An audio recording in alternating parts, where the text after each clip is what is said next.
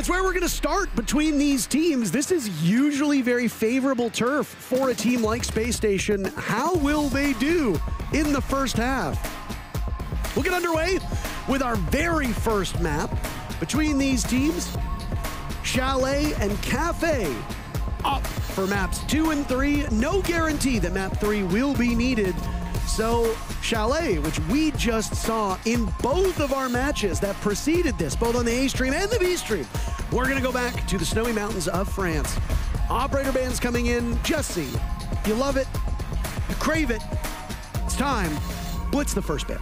Blitz first, and it might be a Monty second. I was really curious if SSG would want to lean into the shields this series or not. That's initially looking like a no, and Darkzero will answer. DZ, the Monty Azami bands should be expected here. They do deviate sometimes. I said the same about Virtus Pro. VP are very standard in their bans, right? They always will ban the same ops over and over again. For both Darkzero and Spacestation, it's a little bit harder to tell what they're going to take off the board. DZ keeping it traditional in our first map, both Monty and Azami going now. Spacestation banned a few different operators on this map. I would guess Kaid as the most likely, but it really could be a bunch of different ops. It'll be Mira. That's not a huge surprise either, coming out from Spacestation Gaming. Both of these teams, exceptional players on Consulate, starting with SSG because it is their map pick. In the last 4 months, SSG have 5 wins and just 1 loss on this map. Their only loss came against FaZe just a few days ago. That was an 8-6 game that they ended up losing. Prior to that, obviously, the 5-game win streak standing strong for SSG inside of Darkzero. 7 plays this season. The only 2 times they lost, 8-7 against Liquid, 7-5 against Beast Coast. That was stage 1 Beast Coast as well when they were on their tear. So both of these teams are very good at Consulate. The other interesting thing you'll notice, SSG chose this map. Darkzero chose to start attack. This is the most defender-sided map in Rainbow Six Siege. Darkzero giving themselves a tough task for the first 6.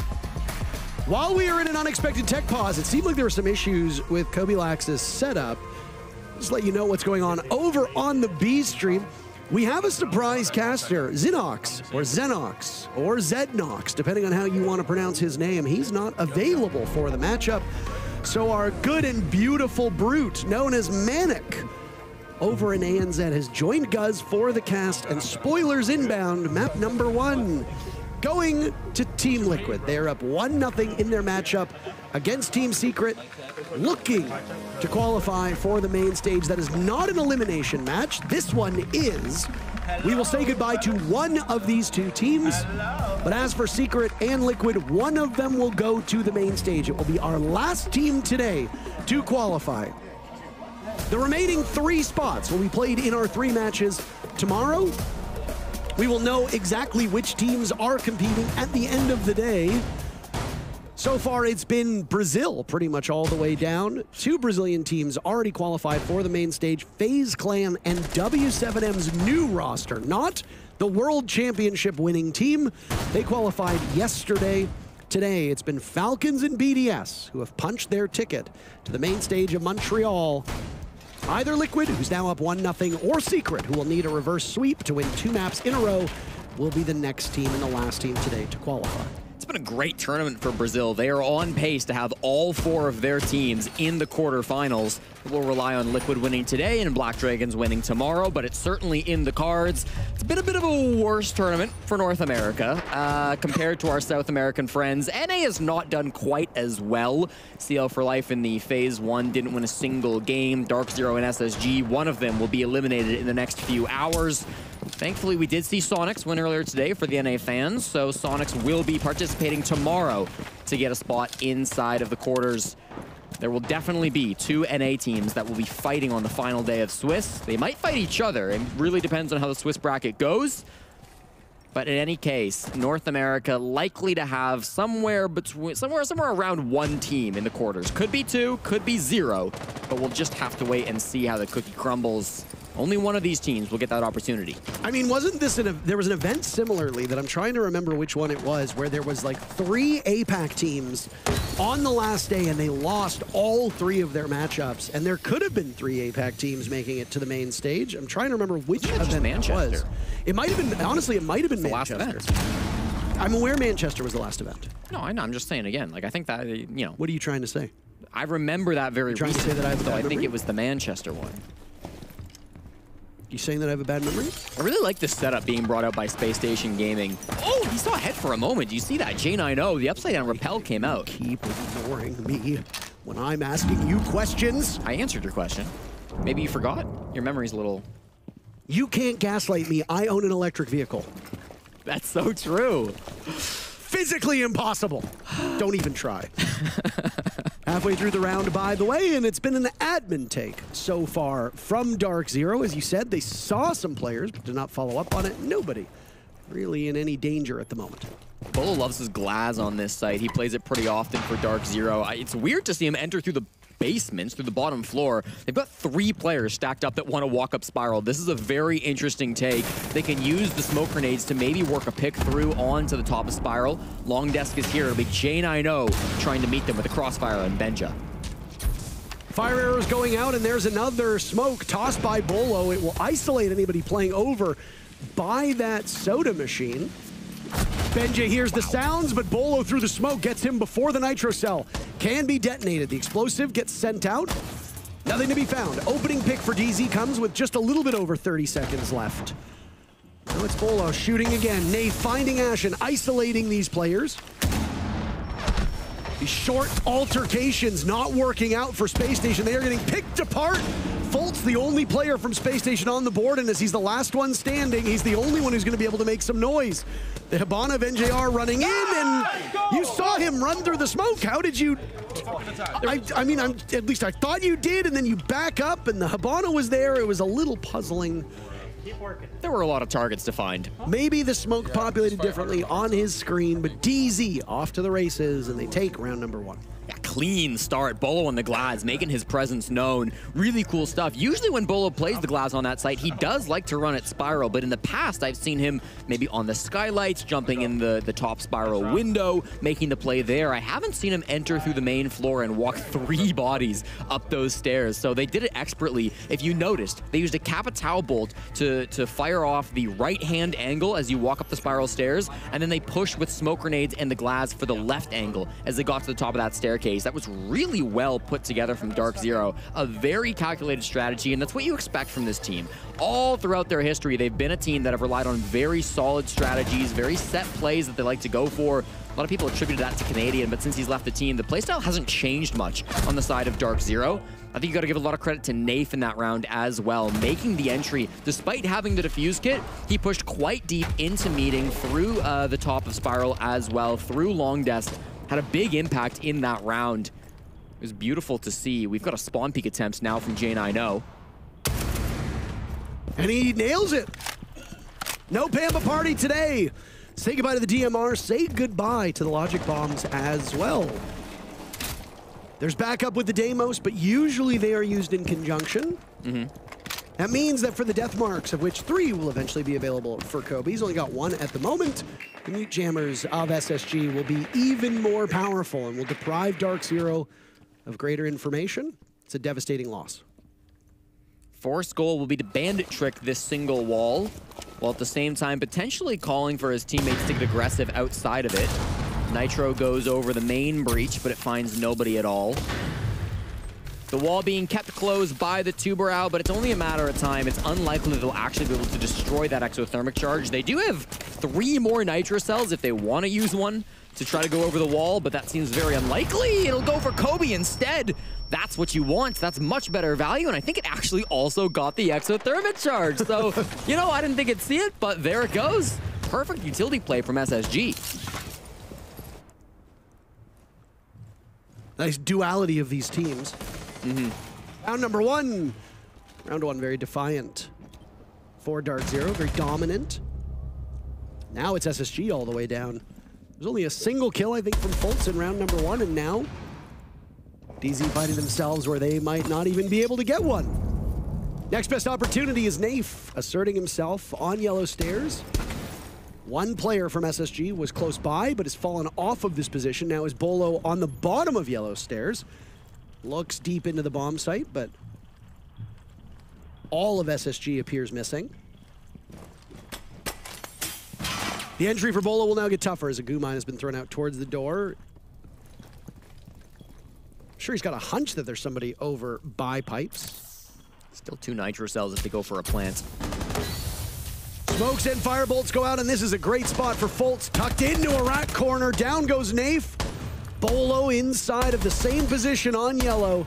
He could pre-fire to his heart's content, but nobody from Space Station will give him any quarter at the moment. He's got 1 smoke remaining. A lineup as he sees the head of 1 player. Default cam was still up until a second to go as well, so a troubling position for the soon father-to-be of Bolo. He's got nothing at the moment. I don't think he's going to win the round. I think that's a very good assessment. Nice shot on the Ashen, denying Space Station a flawless round. All right, let's go. Ashen doing Ashen things. We haven't gotten the privilege of casting Ashen yet through this tournament, so Privilege is certainly a word for it. it's nice to be able to get him now on the mic, of course. Not the word I would use. Well, I like Kieran and I like the aggression. Had a very good game up against the Sonics the other day, where we got to hear some yelling back and forth between Ashen and Canadian. It was a very close game between the North Americans previously. Now we've got another All-American matchup. And it's been very, back and forth. Certainly decisive rounds in 1 and 2. A lot of that comes down to the game plan of Darkzero. When it works perfect. They are hitting every shot. They are performing the game plan exactly as needed. But when there's disruptions, and SSG, they're a team that love their disruptions, then it becomes very awkward. Yes, there's a spawn peak. Yes, there's going to be a nitro cell coming up over the wall. These are the things that are going to throw the game plan out the window for Darkzero, and they're struggling to adapt when things don't go their way.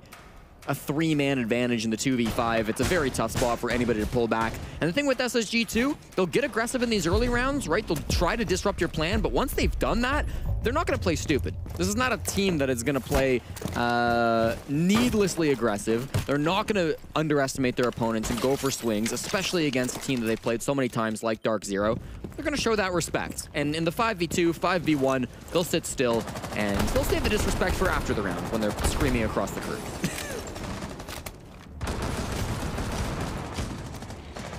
Darkzero was knocked off their stride with Bambazoo dying early in the round, and with no logic bombs and only a Deimos to deal with. It was tough to pinpoint where these SSG players are on the map, or were.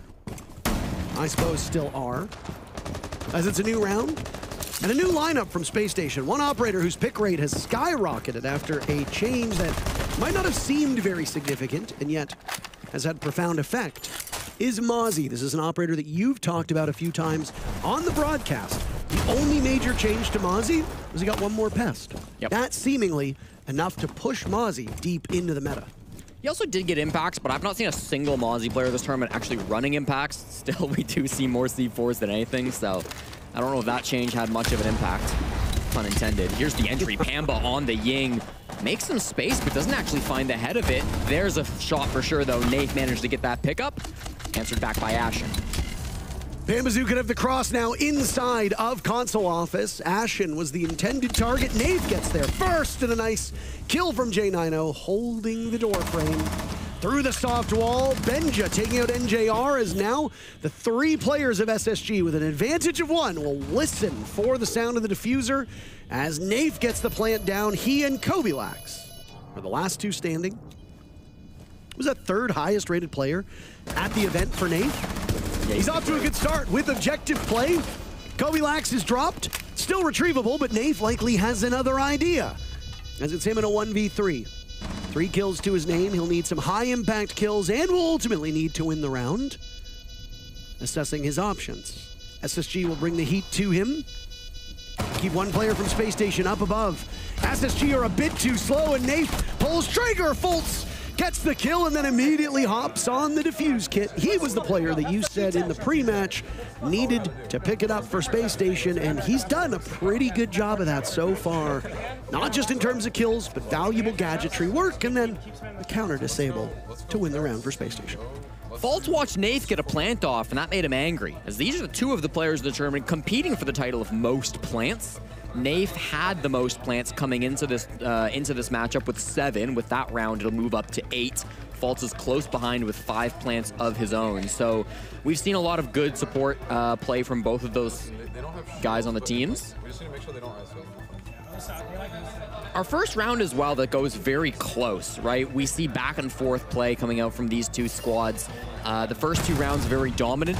This round, it just, I think, was naturally a very messy execute. They came in with the Candelas. They got some good vertical play from Nape, who had entered into the main floor. And then they focused that defuse kit.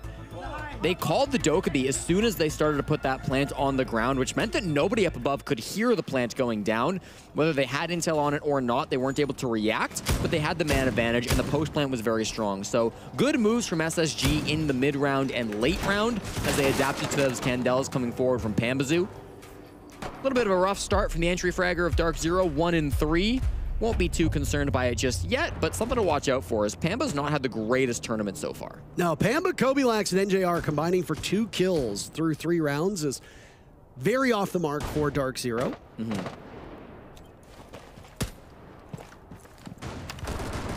Pamba's not somebody that either you and I talked about in the pre-show too, right? It's correct. Yeah, Pamba's been okay on attack. He's actually been very good on attack. He's got a 1.47 KD ratio. Defensively, though, he is the worst player in the tournament on the second half in particular. So if he also struggles now in the first half, this might be some bad news for Darkzero. This strategy obviously going to be revolving likely around the shield play of Nafe. You can ban Monty, you can ban Blitz, but you can't ban the third shield that the attackers have access to. We've seen quite a bit of fuse play here in Montreal anytime that both Blitz and Monty get banned out. The players joked about the double shield ban, by the way. Yep. In the pre-match lobby. Ha ha ha, all shields are banned. Well, I mean, not quite. Not quite. Also, there was no Clash ban, so I mean, that just is objectively one dedicated shield operator. Clash is so different from the others. Like, her place in the meta. Defender. Exactly. And the others are all attackers. Hard to compare. Well, because you can't really compare attackers and defenders, Jesse, now can you? You could. Would you want to? I have. I made an operator tier list. Okay. Compared the 2 of them. And I had to use adjusted win rates because defense have such a high win rate compared to attack. And what did you find when you crunched those numbers, Jesse? I found that Monty was the best attacker in the game. Wow, that is wild. Yeah. You need numbers to do that? You don't have eyes? There go the logic bombs, and Fuse charges on in, but Fultz handles Nafe quite effectively. Pambazoo also drops at the hands of J90. NJR on the board, same with Bolo now. For DZ, 2 separate players coming to life. They wanted to rush into the site, they got it, but maybe not with the result that they were hoping for. There are consequences to these things, Jesse, and the consequence for the actions of Darkzero was death. They're not done yet, though, Parker. Watch out. They're sitting on the Visa stairs. They're not all dead. You're correct. Nitro style by Forrest will hit Bolo. I don't know where that was for the Dokkaebi. Oh, my. NJR knew Benja was up there. He was shooting at the floor, and Benja just makes it look like another day in the office. Kobilax, with his very first kill, almost gets a second, but Ashen hits him with the frog splash off of the table. This is a T2! Ashen is technically correct. This is not T2. Cutting commentary from the usual quietest member of Spacestation, as it's a 3-1 lead for SSG. This has prompted a relatively early timeout for Darkzero. The comment, of course, aimed at Kobilax, who was picked up from Tier 2 over the summer offseason, the newest member of Darkzero. Some words being exchanged by the 2 19-year-olds as well, both Benja and Kobe, born not too far apart. Or Ashen and Kobe, excuse me. Is this going to happen Benja's again? a little older. Is this going to happen again where you go through their like entire history? People want to know. Hailing from Grand Rapids, Michigan. Young age, 23 years and 14 days. Just celebrated his birthday at the local Chuck E. Cheese. Jesse J. Chick casting. We have no birthdays that have been too recent. Faltzes and Forrest are both coming up. They got to find some answers on Darkzero. They've just lost 3 attacks in a row, and I get that it's Consulate, okay? I understand that we are on a very defender side of map, but first of all, Darkzero chose this situation. They decided to start on attack. They said, we want that smoke, and they're getting it. Now we're starting to see the consequences of that decision with SSG taking a massive lead. The only round Darkzero were able to win was when they came in with a game plan and they executed it and they never felt any disruptions. When they were winning that first round, nothing went wrong. Every time one problem has occurred, Spacestation have rolled that single problem into a round win. Anytime things get chaotic, anytime Darkzero lose just one member of their team, Spacestation Gaming seem to be able to close that one out. They seem to be able to play a little bit better in the lower man counts. So I'm hoping that we can see Darkzero adapt a little bit better in the second quarter of this game. If we can see them start to play a little bit better with man disadvantage, if we can see them adapt a bit more when they lose some critical operators, that's going to be the key, because SSG are not going to allow you to push with 5 players very often. Yes, it happened round 1. They let you get set up, but that's because they didn't expect the push that you brought. Now that we're here in rounds 2, 3, 4, and now 5, they've been doing the exact opposite. They've been getting aggressive early. They've been making sure that the rounds get sloppy, get messy. That's how SSG like it. Darkzero, how do they respond? They respond with the Ying. They respond with the Glaz once again. And they're going to try to make some chaos happen on the top floor. That was a very poor Nitro. Yell about that one, Ashen. Would you see Nitros like that in T2, Ashen? Would you? I don't think so. Maybe you would. I don't watch much T2 because of that. You know, you see some shenanigans in Tier 2. I won't lie. I have watched Elements 1 through 900. Okay, there's only been 4. I am very ahead of the curve. You'll know then that Kobilax won 2 of those elements. There's only been 3, sorry, the 4th is coming up. He actually goes back down and goes on a tear for the next about 16 of them. Does he? Yes, I'm from the future. Unfortunately, he's going to get dropped from DZ. No, he does both. He plays for DZ and plays an element. DZ Academy. Yes, of course. Drop on in now, and the Warden of Ashen, poison ready for the Glaz, a Ying as well as follow-up. But through the smoke, Ashen sends some preemptive shells from his shotgun, and oh my goodness. Darkzero dropping into their death, but Nafe is there. Other shield operator we talked about in the previous round of Clash is still on the board, and they've got a read on this gridlock.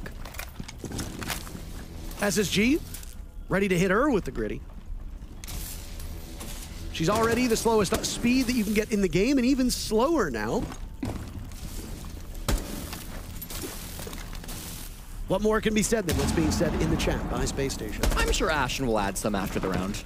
I hope Jinxie's viewers are enjoying this. As far as I saw, he was co-streaming. He's also a streamer for Spacestation, so he's probably enjoying the results, and hopefully his fans are as well, as he cheers on this team. Simple 90. Simple. It does look quite easy for SSG so far. Their lead sits at 3 rounds, 4-1.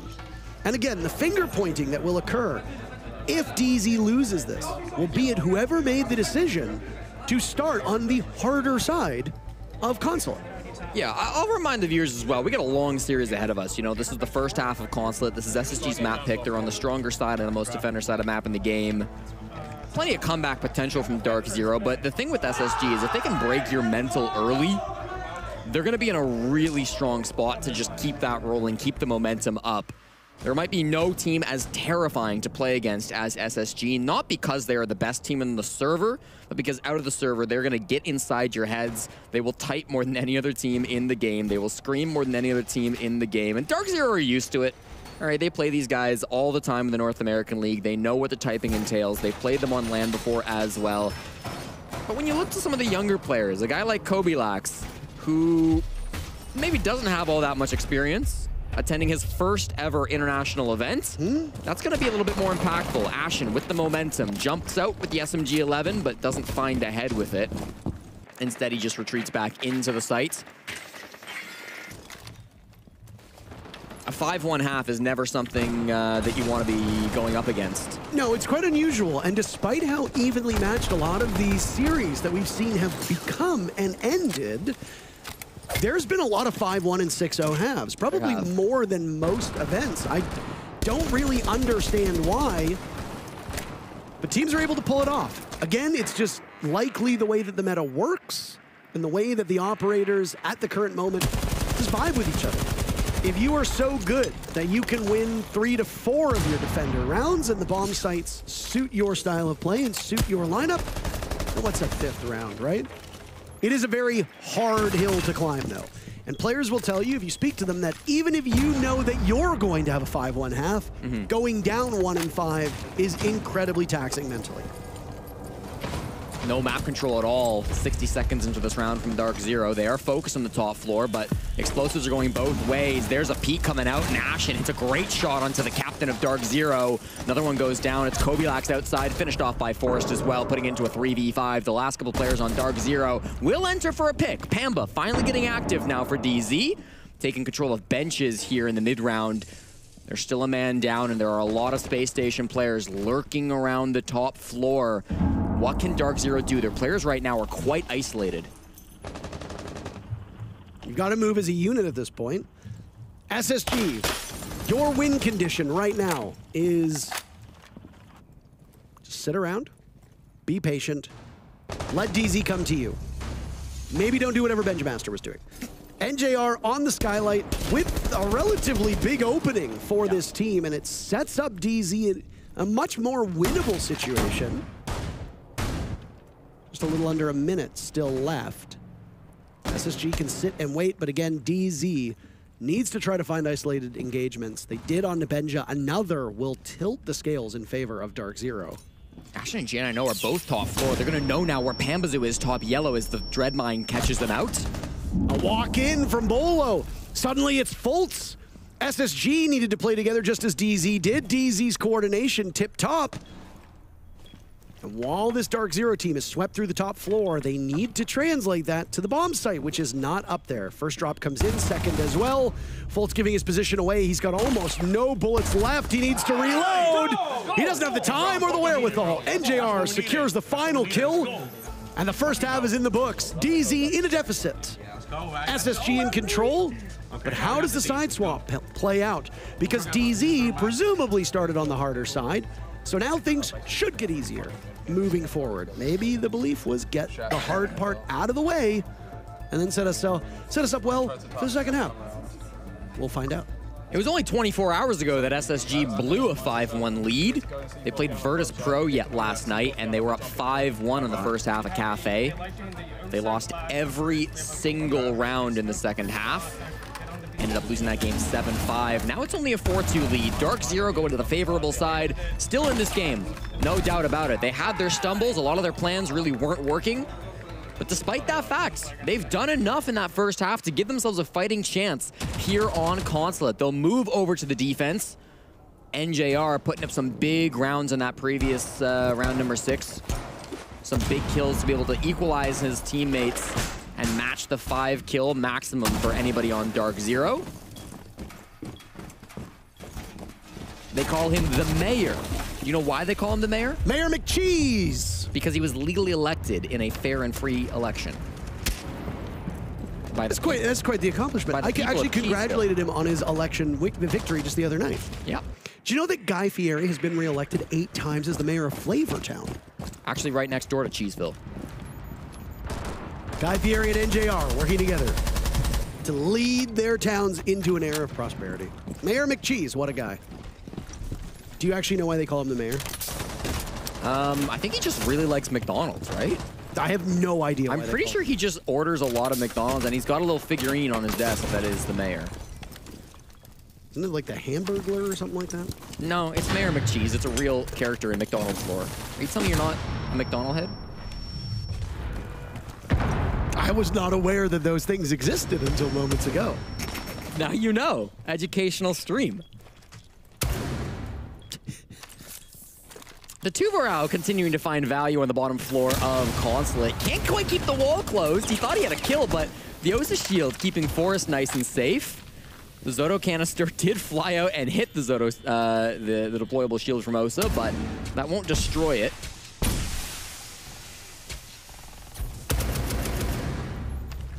Nafe, the first one to go down, but it's traded right back. I don't know what they were thinking there. The Osa Forrest as well, walking into his death. NJR's been dropped, so only 2 defenders remain as Fultz secures with the fire arrow. If you don't want to put yourself in harm's way, use your gadget instead. Very good value for one of those fire arrows to be used to secure the down. Bolo needs to do double duty, watching both Spiral and the hallway, as Pambazoo has a lock on that server corridor that leads towards the bomb site, a break room, cafeteria, staff room, etc. Teams call it many different things. Who's got the set of eyes, though, on the opening? Bolo swats away at a drone as there's a Gon 6 to take out some utility that prevents this advance. A smoke in hand. Ashen laying out the path forward for J90 as he sees Bolo. Do they know there was a glass on the board this entire time? Pambazoo now to watch over towards yellow, using the safety of the pillar. Ashen with diffuser in hand on Thermite. A bit of an odd roll for him, but hey, if it works, it works. Now it's Pambazoo looking for one kill over towards yellow, doing a lot of damage to Ashen as the smoke conceals Space Station's retreat. Pambazoo has no idea where these remaining players are. One's over towards Breach, and the moment that Pambazoo tries to long-arm this, he might be exposed. Exothermic charge going off, and Pambazoo pops up, and Fultz sits him right back down. Sitting! Kobe! I don't think he's speaking English half the time. I think he speaks in emoji or emoticon. I listen to him and I'm just like, I have no idea half of what he's saying. I don't think Kobe knows what he's saying either. At least for Kobe's sake, I hope he's not listening. The words directed to the young rookie on Darkzero. I think SSG don't get enough credit for how smart and cautious they are in the late rounds. I think sometimes you hear SSG, you're like, these are the crankers. All right, these are the guys who they're going to crank, they're going to run in, they're going to get their kills, they're loud, they're aggressive. It's SSG. We know how they play. But consistently, when you see SSG with a man advantage in the late round, they play so safe, so respectful, so smart. They don't ever want to overstep. In this round in particular, they used that smoke grenade in the 3v2. And that allowed the initial pick to come out from J90 on the glass. They didn't have to push off that, and I don't think they would have pushed off that if they didn't get that pick. They still had 2 smoke grenades in their pocket. It was simply a bait. They wanted Darkzero to make those moves. We saw Bolo eventually go for the rotate and get his head blown off by the glass. It was a really well-executed push by SSG. They knew they had time to work with. They knew they had a man advantage. They knew they didn't have to immediately run in with those smokes and try to make something happen and panic. Every time that Space Station have found themselves in a man advantage, they've sat back. They've given 0 opportunities to Darkzero to claw back the man advantage, and that's why they're so good at converting these rounds.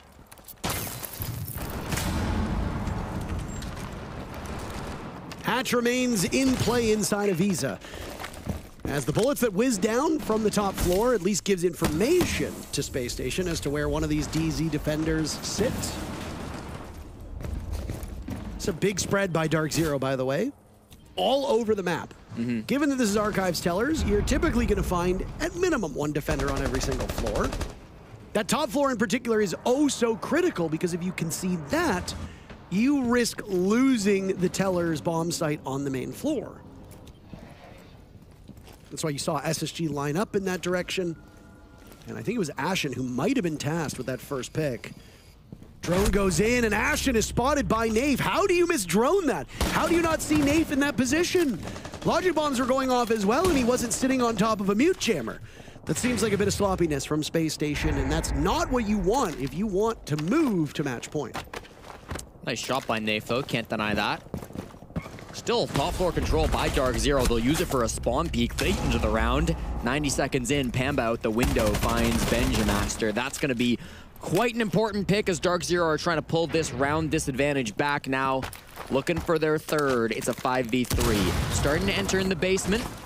There is a site down here, but Kobe gets alive. Traded by Forrest, but I think he'll be very happy with the circumstance he's put his team into. Now it's a 4-on-2. J90 and Forrest need to go so aggressive. They've got to find some kind of entry point to claw this one back. I'll say they've got the fuse kit, they've got a logic bomb, and they've got 60 seconds to work with. That's a lot of good resources. But DZ are also not giving up an inch. How many bullets does it take to hit a default cam, J90? Let's find out together. Darkzero really have been behind in many of these rounds. This is not one of them. A good spread that seemed to frustrate SSG as they struggled to gain map control. Poor drone work guiding Ashen in cost them the very first pick. J9O gets Bolo as he stands like a statue looking over this hold on, and Forrest with a pick as well. Suddenly this round becomes immensely winnable.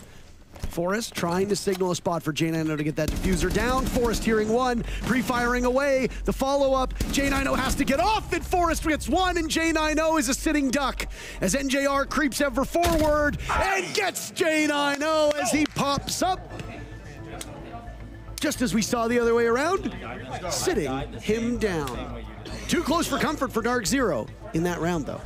Yeah, great late round play coming out, obviously from NJR, but it's the early round that puts them into that situation where they're winning it so dominantly to begin with. We saw a problem with Darkzero, where often if their plan was getting disrupted, if they were facing obstacles that were getting picks onto their teammates early in the round, they couldn't recover very well. I think that attempted recovery from SSG was better than most of the rounds we saw out of Darkzero, but still not good enough. The way that they were able to get those picks in the early round was a little bit too strong. A little bit of discoordination from Forrest and J9O as well in that 2v2. You know, Forrest wanted him to plant close on the wall. J9O chose a different plant spot. Then he almost finished the plant, J9O, but Forrest was getting off the cover, and so then he had to jump off of it. Maybe he could have finished, but he chose not to, and then they took 2 1v1s instead of a 2v2. I don't know. It was a little awkward. Those are obviously the most difficult situations to play in Rainbow Six Siege, so I'm not going to be too harsh on the guys. That's obviously a high-stress situation as well. And they've got a bit of a buffer, so if those rounds don't always get converted, if you don't always clutch up the 2v4s, I think you'll be all right. They just need to find 2 attacks on Consulate in order to secure themselves a spot in map number 2 with a 1-0 lead, win their own map pick.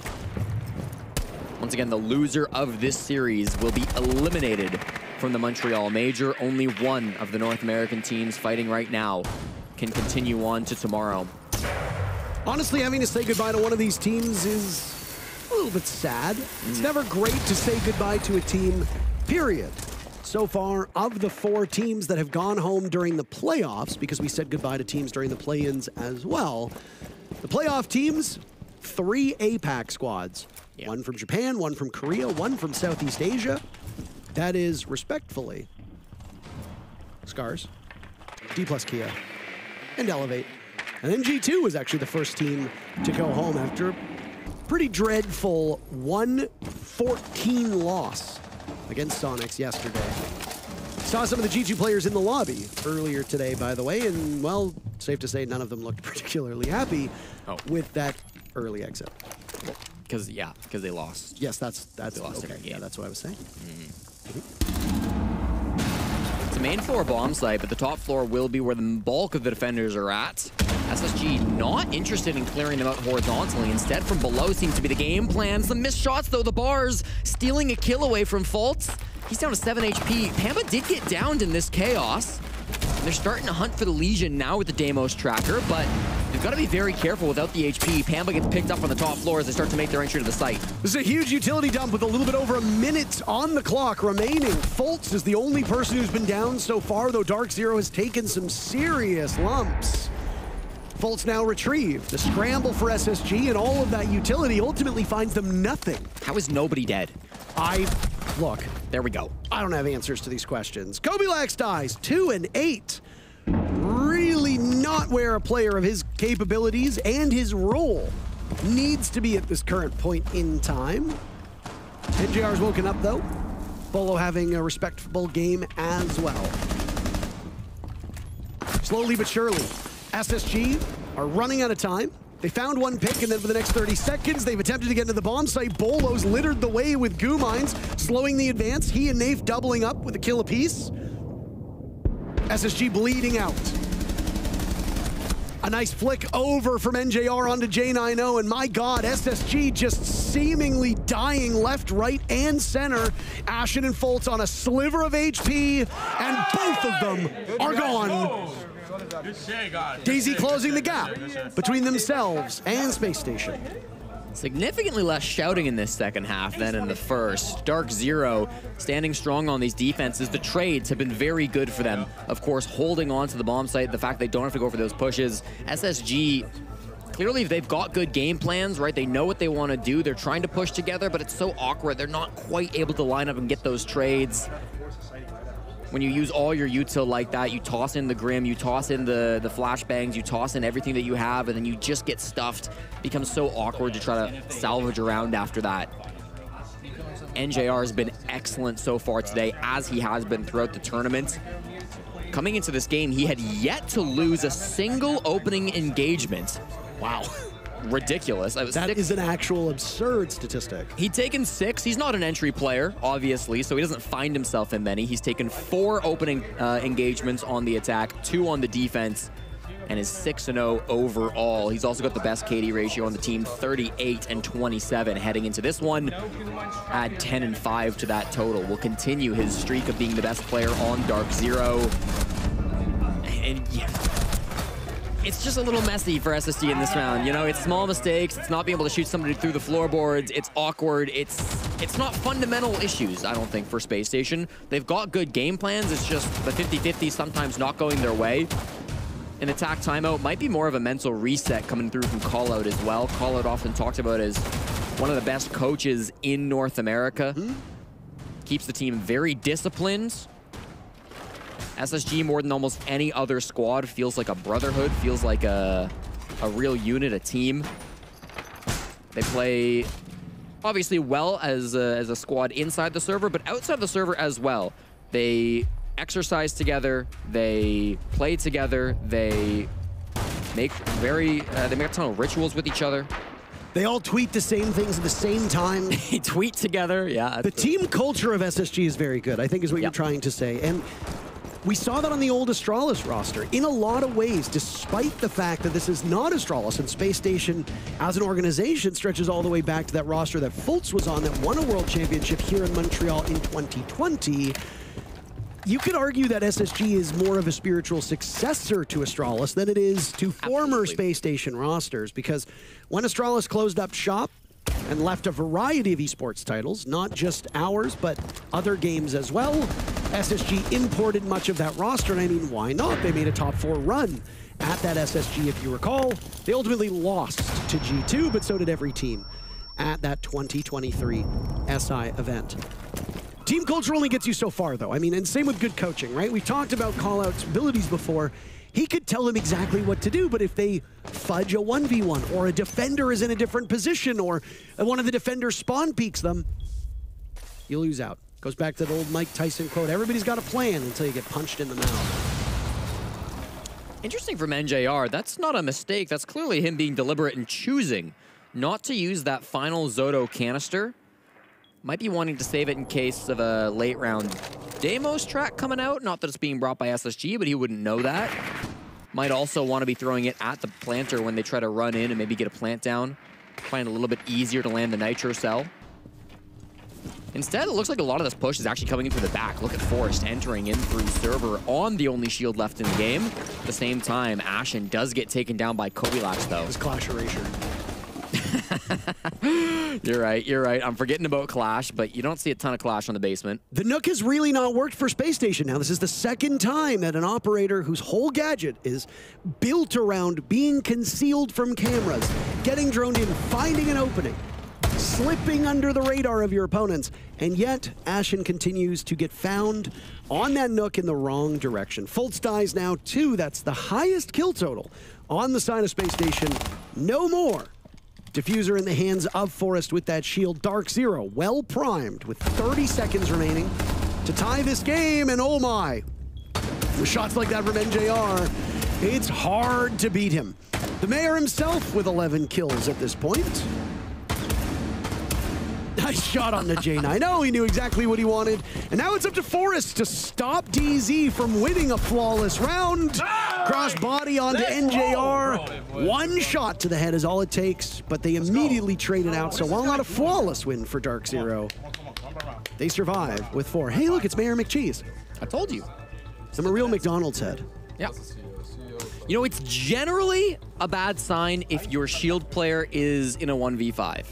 All right, sometimes it's going to happen. Things will go wrong. It's going to happen. It's Rainbow Six Siege. But in general, if you see a shield player like Forrest playing on the shield and he's in a 1v5, you got to imagine things didn't really go to plan. And that's certainly the case for SSG. They tried to enter the shield in through server. Now, he was bringing Diffuse Kit later on, but he didn't initially have that kit. Meanwhile, players were dying all around the map. The Nook entry from Ashen got shut down very early. The play around Yellow and the play around the main breach just didn't really find anything good. NJR has been so strong with these DMRs and long-range shotguns as he's bringing out now with the TCSG. These single-fire weapons have been absolutely lethal in the hands of NJR. The way he's played with them on site in particular has been fantastic, and it's what he's used to, right? We know NJR as an anchor player, one of the best smokes in the entire game, one of the best SMG-11 players in the entire game. He loves his late-round clutches. I talked about how he's yet to lose a single opening gunfight, and part of that's because he doesn't take too many. So seeing him on site, SSG've got to find a way to get past him. They haven't brought a Ying, they haven't brought anything crazy this round. Instead, it's only going to be forced once again on the Blitz. Or sorry, on the Fuse. Basically Blitz without a shield. If he can make some space for his squad and push NJR to the ground, get nice up and close with the personal with these teams, then that could be an opening. But SSG so far on these attacks have just looked limp. NJR is a very cautious and a very smart player. Yep. Of all the words you can use to describe him, reckless, aggressive, those are not really in the discussion here. And because he's safe and because he takes typically good engagements, he often finds himself on the winning side of a duel. Now, there have been times in the past where that safe style of play has been labeled somewhat derisively as scared and too cautious. Panbazoo, on the other hand, well, he's a player who likes to take chances. And he does. Cutting Benjamaster and the Hibana off a wire on the admin windows and immediately runs back inside of the map. Unless he got one earlier, that'll be Pamba's first opening pick on the defense of the entire tournament. He's been really struggling as a roamer to get active in the early round. He's been negative on all of these fights he's taken so far. Jumping out the window, finds one, looks for two. Oh my God, it was Bolo. It wasn't Pamba. Bolo was right behind him. This happened a few times in the matches that you and I have casted where a player will fire and we'll see the silhouette and then somebody else is credited with this kill. Oh my. Foltz down the stairs, he and Forrest collaborating for 2 picks. There's some chatter on the side of SSG. As Forrest scared Bolo off of his position on the stairs. He's also got the mute of Naif not far back inside of servers. You've got to get the case if you're on the side of Spacestation. Look at these reflexes by Ashen. A second slower and he would have killed Bolo as well as he walked up those server stairs towards Teller. He's an opportunity now. Bolo winning the engagement though, unleashing the Deagle to secure the kill. All the while, time working against Spacestation as Foltz is outside with very little to show for this. This is SSG's map, and Darkzero is about to take the lead, and what a time it would be for DZ. DZ has only led for a single round, and that was round 1, Jesse. Since then, they've either been tied or trailing. One fucking more. Oh my God, bro, let's go. Kobilac setting the scene for us. One more round. That's all. Because it's the final round of regulation, but for DZ, it's also the magic number. They snipe this round. They win the whole map. Everything's been turned upside down for SSG. These attacks, they've not been able to land. Darkzero consistently thriving in the early round, getting this man advantage. Pamba even getting active, jumping out the window, playing so well alongside Bolo. They've been roaming partners for quite a while. They used to have Canadian that would play up there on the roam with them. Now Kobe tends to be a little bit more active on the roam game as well, but Pamba and Bolo as a duo are still extremely effective in the early round, the way they're able to move around one another. And then when you've got somebody like NJR holding down the back lines too, I mean, it gets an extremely effective setup. That's why Darkzero have found so much success throughout their history in Rainbow Six Siege. Now they're 1 round away. For SSG, I mean, I liked some parts of that push, right? It felt like the early rounds, they got caught off guard a bit, but then they used Dokkaebi extremely effectively to equalize that man count. Once upon a time, Darkzero would ban Dokkaebi in every single game that they would play. Yep. This stage, since they made their roster move, we've seen a lot fewer Dokkaebi bans. They were still doing it a lot at the start of the stage, but now that the meta has shifted quite a bit, now that they've changed their team up a little bit, the Monty ban is more common for Darkzero. No surprise there. I was going to say, I wonder what changed for them to no longer ban the Doke Testy. What They certainly didn't nerf Doke very hard. What swap did DZ make? He's trying to lock this down. They've got the pulse now on the side of Nafe. It sure feels like a lot of the life has drained out of Space Station the longer this matchup has gone on. I mean, you said it a couple rounds ago, a lot quieter on the side of SSG. I mean, it's hard to talk your ish when you're losing. Not impossible, though. If we go to OT, a fun little quirk about the way that these sides played out. The attackers have won the first and the last round of both halves. That's if we go to overtime, because that would mean SSG won rounds 7 and 12, DZ won rounds 1 and 6. For those of you that care about patterns, and for those of you that have a soft spot for pattern recognition, it's a fun little defender sandwich with the attackers being the bread. Also would be back-to-back games where SSG throw massive round leads. It was 5-1 yesterday against Virtus Pro. It was 4-1 here against Darkzero. They don't want to be able to repeat history. This is going to be awkward. They've not made much of a move so far. They've not taken top floor control. They don't really look to be pushing through top floor. Instead, it's likely that this push will come horizontally. And interesting, this is going to just be for soft breach, and then the pick comes out from Nafe. Excellent usage of that pulse scanner. Nafe will find Benja as the opening pick, all thanks to that utility. I brought it up at the very start of this round. Pulse has been an operator that we've seen kind of fall off with the meta, but he still has his uses, and this is undoubtedly Pulse's best map. Nafe showing how sometimes it's Pulse above the players rather than below that can get good value. 50 seconds on this clock. SSG, 5 kills to find with only 4 bodies to do it. Bomb site's the main floor. Grenade will go out. Ashen was not intending for a player to be there. Oh my goodness, what a shot on the NJR. Again, this cautious player playing on a sheltered style of play. Kobilax absorbing a lot of damage, but still alive as he gets rid of Ashen. J9O from above, eliminating Bolo. Diffuser going down in the hands of Forest. 3 players from Darkzero to watch over that case.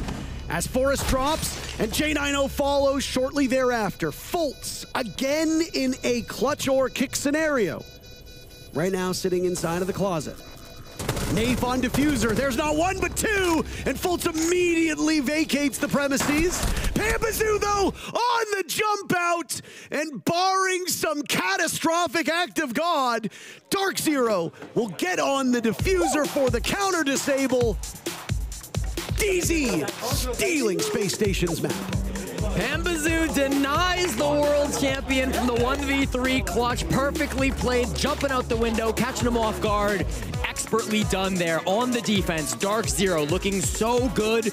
We were a little concerned when they chose to start on attack. We were even more concerned when they went down 4-1. But in back-to-back games, SSG have thrown the lead and have lost 7-5 in regulation. They've got to get this sorted out. Their mental, not where it needs to be in Montreal.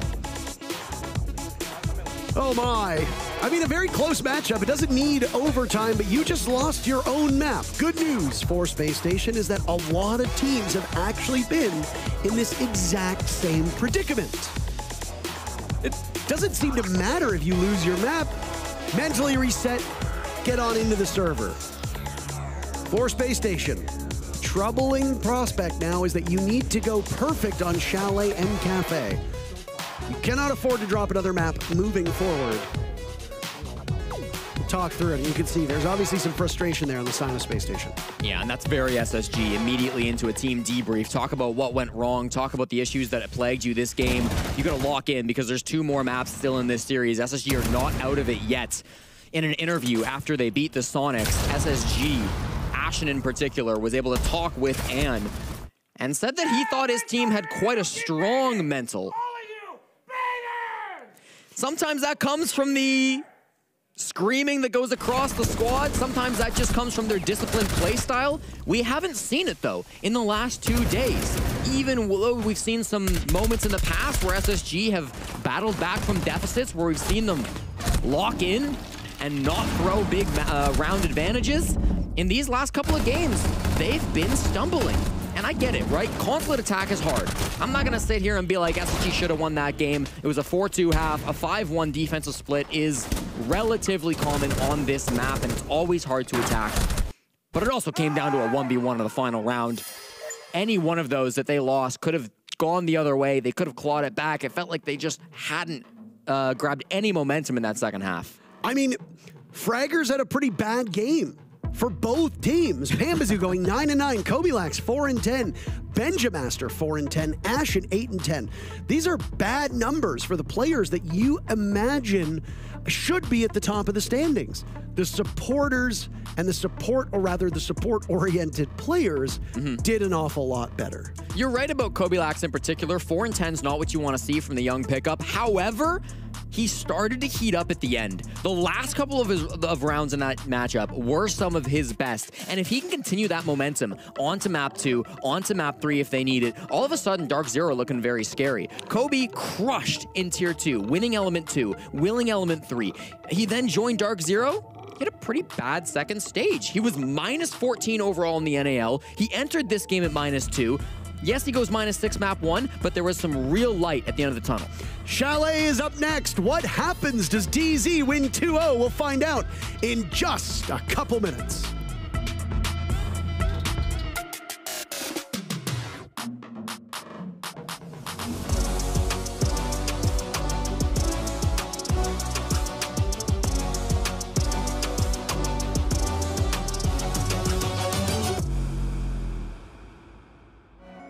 Ouais, choc-les, choc-les, ouais, choc-les, choc-les, choc-les, ouais, voilà ce qu'ils me disent, les entends parler et ils maîtrisent, j'arrête que pour rappeler la mise, petit pas sur la piste, et le succès je l'ai pisté, disent que la place du premier, fais monter la côté, sur moi tu mises gros, tu connais déjà l'équipe, ça criera au complot, je prends le double, on est quitté, je fais la magie des chiffres. La somme je la triple, la concurrence la dribble et le stade est en délire, ça fait choquer, j'arrive pour tous les choquer, toute la foule elle est choquée, j'espère que t'es accroché, gauche droite esquive le rageux, coach m'a rajouté du temps de jeu, dans l'action ouais je me sens en feu, je suis on fire, je fais la différence au compteur, money time ça shoot sur le buzzer, je suis on fire, choqué, j'arrive pour tous les choquer, toute la foule elle est choquée, j'espère que t'es accroché, choqué, j'arrive pour tous les choquer, toute la foule elle est choquée, j'espère que t'es accroché.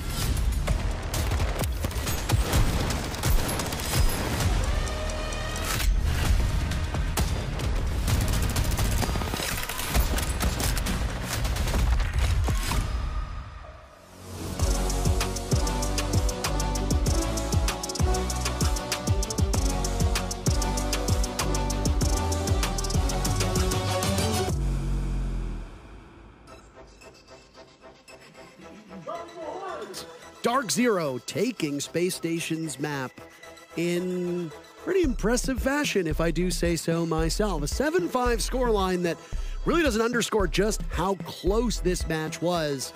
The usual stars of both teams had a bit of an off day. Will they wake up in time for map 2? This is DZ's map of Chalet. Loser of this series, Jesse, goes home. This will be a familiar territory for these two squads. This is the map that they played each other on in Stage 2 of the North American League BO1s. That was a 7-4 victory for Darkzero. They're very used to beating SSG on Chalet. Since then, Darkzero have lost the map twice in a row to both M80 and Sonic, so I won't pretend like this is a crazy strong map for either team, but history suggests that this will be a 2-0 for Darkzero. Can SSG adapt to their last meeting and take down DZ in this oh-so-important game? If they can't do it, Parker, they'll be headed straight to the airport.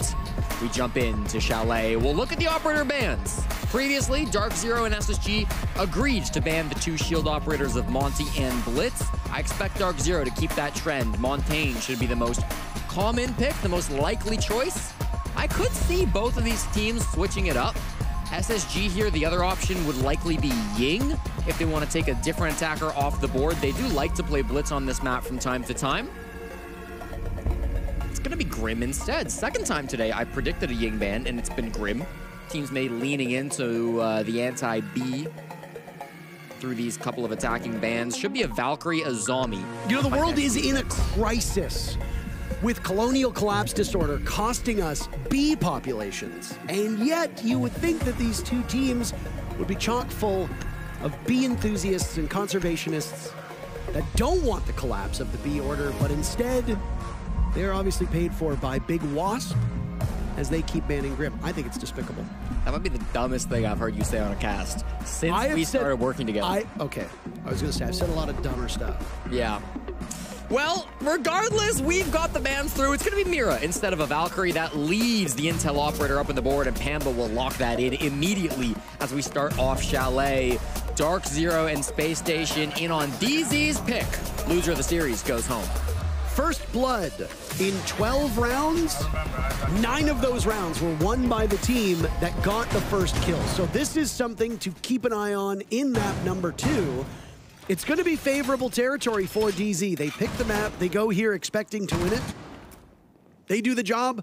It's a 2-0 victory. They live to see another day, and tomorrow they will fight for their lives, where the result would be either making it to the main stage on Friday or going home on an earlier flight than anticipated on Thursday. It is quite brutal the way these teams are scheduled, by the way. It's been like this for a while. You lose, you go home the very next day. That's just how it works. You don't even get to stick around to watch the main event.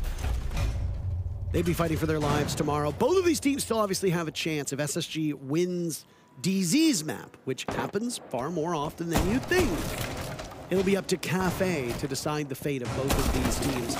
On the B stream, by the way, while we're doing this, there is a third map that is being played between Secret and Team Liquid. Team Liquid squeezing out a victory, squeaking out, squeezing out, eking out, whatever you want to call it. On map number 1, on map number 2, Team Secret destroyed them 7-1.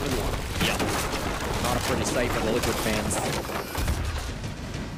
On Chalet, though, Darkzero and SSG battling it out. You mentioned the opening picks. Darkzero have been amazing with the entries so far through this tournament. They have the highest opening pick rate of any team in Montreal, winning exactly 2/3, 66% of their opening picks. A lot of that being NJR, still undefeated on those opening gunfights as well. So for DZ, wanting to maintain that in this matchup against Spacestation, I believe they were even, is that correct, in our last game? Wow. Shot from Pamba. Sorry, production was in my ear talking about something else. What was your question? Were they even on opening picks in our first map? 50% for Darkzero, 50% for SSG. That's my understanding. Let me take a look.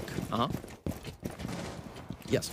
Thank you. And now they won't be even because Darkzero will get one. And as I said on Consulate, Pamba had yet to find a defensive opening pick through the entire tournament. Now he's gotten a few. That was very exciting that you asked me a question about numbers. Please continue to do that, by the way. That's a one-time thing. That's a number. I like this. Okay. Ashen cannot be the first casualty for SSG. His numbers were not the worst on the team, but were quite bad. Forrest has a read, by the way, on that under-barrel sight. It was not Bolo because I don't believe J90 got a kill on the bottom blue from outside of the building. Oh my! Nafe blinding Forrest with that gas and then following up with the shotgun. Full signal. Kobilax and Nafe holding court inside of blue. He can't go for a third though as J90 pounces upon him. Where could it be? You found it. Tucked into the various nooks and crannies that are above the stairs leading down to blue. Darkzero with 2, SSG with 2. 35 seconds remain in the round. He's done a lot of good work on the floorboards thanks to this ram, but now they've got a plant in a 2v2. They don't have any smokes to cover, so this clash could do a lot of good work. Can NJR or Pamba stop the plant? It's probably going to come down from the bookshelf, being held right now by Fultz. J90 up top with Fultz all alone. He needs this upstairs coverage. It's a slow peek. J90 allows Panbazoo to slip through the cracks, and it's Panbazoo with the sidearm out to do the rest of the work.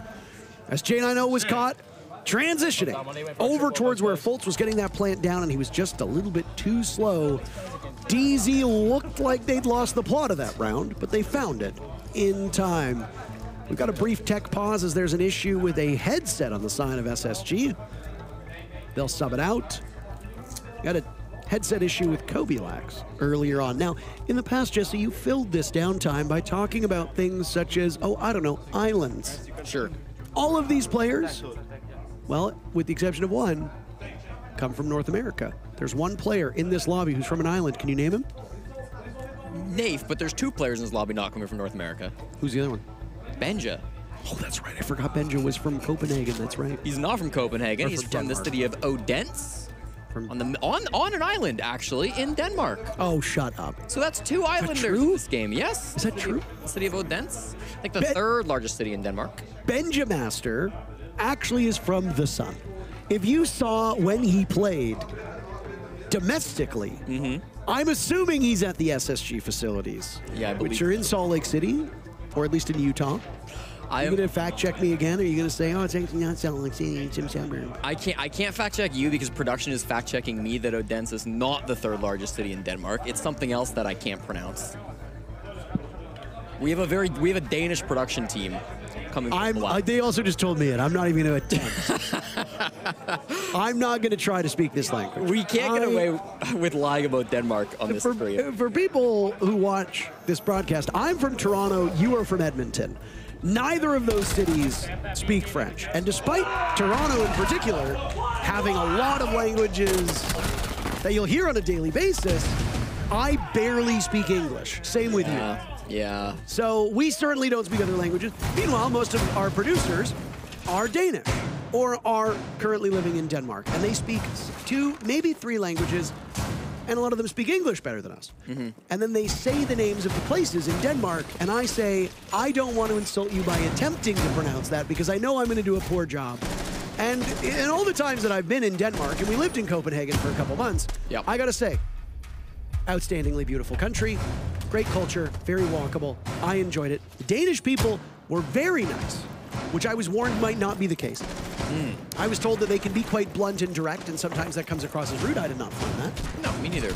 I quite enjoyed my time in Copenhagen. I don't want to do the disrespect of trying to pronounce a place in that country, Denmark, and then, you know, have them say that's not even close. Well, we won't make you. Thank you, Jesse. I really appreciate that. For this round, I hope they understand. The Dane is going to be playing on that Deimos, an operator we talk about quite a bit in Rainbow Six Siege. Deimos, that's pretty good. That's you should write that down. I'm writing it down right now. Benja going to be using those trackers to try to spot out some of these more isolated players on the side of Darkzero. Of course, we have a few up here around Library. Force will once again get caught by a beeper over by the staircase. The castle barricades make the job a little bit harder as Zombie's been banned out, but castle does much the same job. That's why we bring a Flores, that's why we bring an Ash, that's why we bring an Ace. Here's the first track now on to Kobilax. Can they convert it to a frag as he's distracted by the Flores drone? So far, no. Loses the deployable shield as well. That would give you some coverage if you wanted to emerge from closet over towards master side of things. There we go. They must have caught it the moment he started hitting it. I was like, it seems like it's taking a long time to get rid of this castle barricade. Yeah. Fewer hits are needed to get rid of those castle barricades now. And oh my, J9O suffering a bit of damage from Pambazu. They both do. As there's the death mark on to Pamba inside a bathroom. Quite bold that he's not even bothering to move, by the way. Usually you want to see some level of action here. Well, My Magnet's catching one of the smokes tossed out by Forrest, as now he controls office above. Ashen in the right side of the first engagement this time. Now J9O also on the board. Ashen with yet another DZ falling by the wayside. Benja's been dropped. The Dane must be retrieved. It's technically a flawless round for Space Station because nobody finished off Benja. He laid there all cold and lonesome, bleeding out, but still alive. SSG winning round number 2 and tying up the game. And that's the impact that you expect to see from the star player of SSG, Ashen, getting the opening engagement and then turning that into even more kills as they cleared through that top floor. Darkzero not putting up enough resistance. Ashen growing up just outside of Chicago, down in the US, played for about 5 years Xbox Rainbow Six Siege from 2016 to 2021 when he eventually switched over to PC.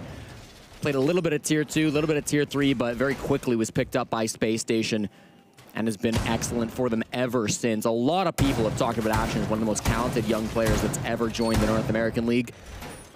Some people think maybe he's a little overrated too. I think that's more so just them not enjoying his personality.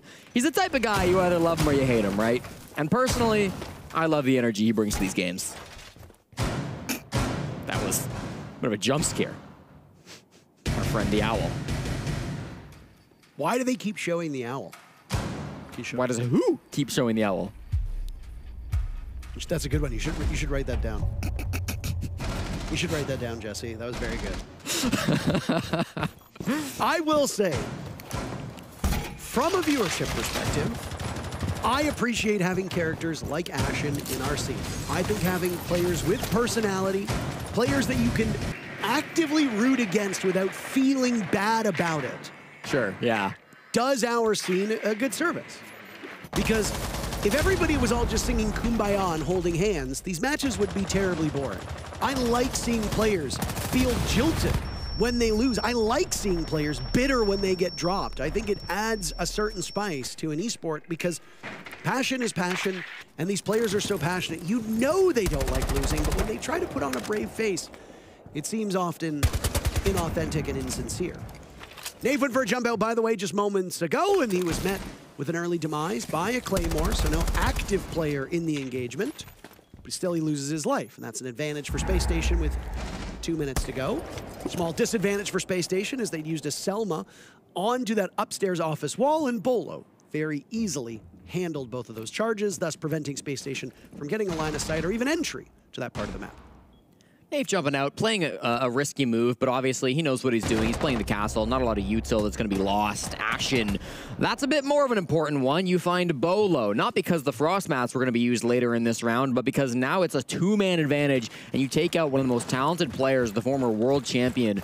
Bolo eliminated from this round. Makes it a 5-on-3, and there's still so much util on the side of Space Station. Another run out from Pamba, but he does retreat back inside the site. We've still got Capital bolts from Thalt. We've still got 4 flashes on the shield from Forrest. We've still got 2 flashbangs in the pocket of Benja, and still 2 stuns and an explosive in the pocket of J9O as well. They've got so many resources to kill these last 3 players. Not a lot to find them. That's going to be the job of the drones instead. They didn't bring a Dokkaebi, they didn't bring a Deimos. Instead, they're going to have to clear the majority of this map, check their angles, and other than active pings on players that are leaving the map, it's going to be relying on that to find the picks. Pambazu eliminating Fultz. Darkzero, though, not really having much else to show for it. And now things will get tougher for the 2 remaining players on the purple side of the board, as Forrest, with the shield in hand, will be breathing down their neck with very little notice. Nitro Cell goes off, NJR slaughtered by Ashen, who finds his 3rd kill in the round. Kobilax struggling in map number 1. Those struggles continue in map 2. SSG takes the round. You're not floating, buddy! You're not floating. This is the float versus the crank. SSG call themselves crankers. Darkzero tend to float. And early round, DZ definitely not floating, sinking in that one. Obviously, a couple of bodies hit the deck very early for them. That's due to their own decision making. Nafe jumping out straight into a Claymore, a little bit awkward from his point of view. Tunnel visions a little bit. The rest of the players just going down into that man deficit. It's gonna happen from time to time. That is the second round now that SSG have won in a row. Darkzero, an early 1-0 lead for Spacestation now. I'm not gonna get used to this. The Observer in LATAM will do this a lot. If you ever watch the Hispanic LATAM League, casted by Flynn and Jays Wills, you'll notice that, and Whippet and Gibson, you'll notice that this happens a lot with the Observers, where they flick over to an interesting face shot, and it seems that our Observers today have taken inspiration.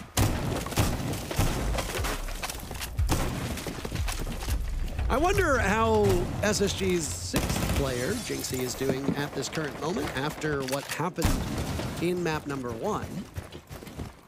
Wasn't the greatest result for him and his fans.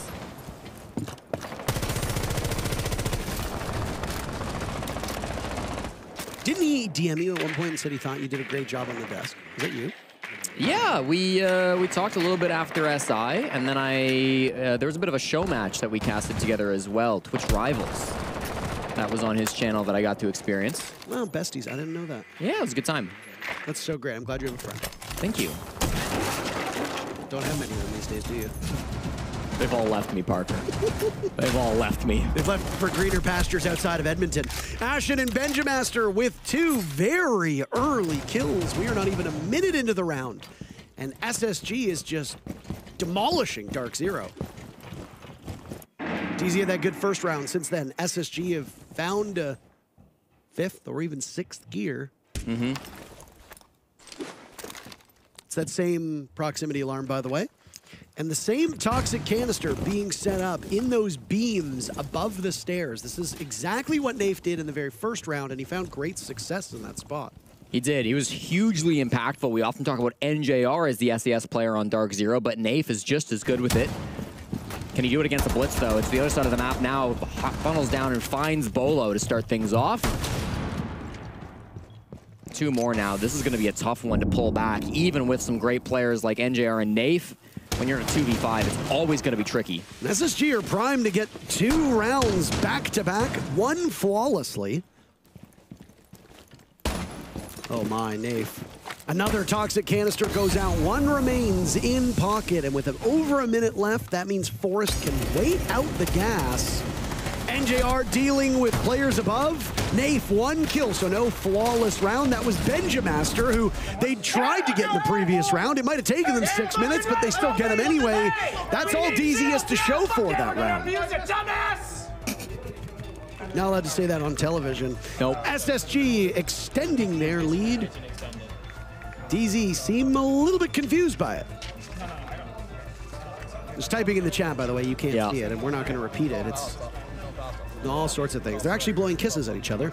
Tactical timeout called from Darkzero, and that is probably too early for DZ as they pick this map, and within 4 rounds, they've already have to burn their TO. Bolo has yet to find a kill in this game. NJR has yet to find a kill in this game. Kobilax has yet to find a kill in this game. Pamba and Nafe are the only players on DZ who have even managed to win a single gunfight. NJR was a hugely important piece of the puzzle that allowed Darkzero to win SSG's map pick back on Consulate. He was the MVP of that first map. Still, though, we need to see everybody showing up from Darkzero. If you've got 3 players dropping donuts, you're never going to be able to win a match at this level in Rainbow Six Siege. On the side of SSG, for their part, I mean, it seems like everything is working. Everything is clicking. They're relying a lot on this blitz play of Forrest, and it seems like it was a good call to move away from the shield ban on the side of SSG and instead take out the Grim. That has been one of their biggest keys to success here. I don't want to say that the entirety of SSG's attacks have been off the blitz, because while Forrest has been impactful on this operator, it's not carried every single round. We've seen really good entries coming in from Ashen, even without the blitz. You see 7-1 stat line now. We've seen some great utility play coming out from the rest of the team as well. But the shield has undoubtedly been a big part of it. And when we saw Beast Coast win the Manchester Major, there was a lot of conversation about, okay, where is the meta at? Because Beast Coast largely won that major off of very strong shield play. If you'll remember, BDS had to ban Monty in all 5 maps of the Grand Finals up against Hot and Cold because he was so good with that operator. Now, it wasn't the only thing that allowed Beast Coast to win that major, obviously, but it was a big enough problem that BDS thought that they had to remove it entirely from the Grand Finals. As we entered into this next stage, North America and Brazil in particular really started to use these shields more and more and more. They started relying on them a ton, and they got great value out of it. For SSG, they're seeing a ton of that now. 5 rounds, 3 of them where Ashen has got the opening pick, and so far, a 100% conversion rate for the team that draws blood first. For SSG, if that keeps up, this will be a 4-1 scoreline, which is quite impressive and especially good news, given Darkzero used their timeout.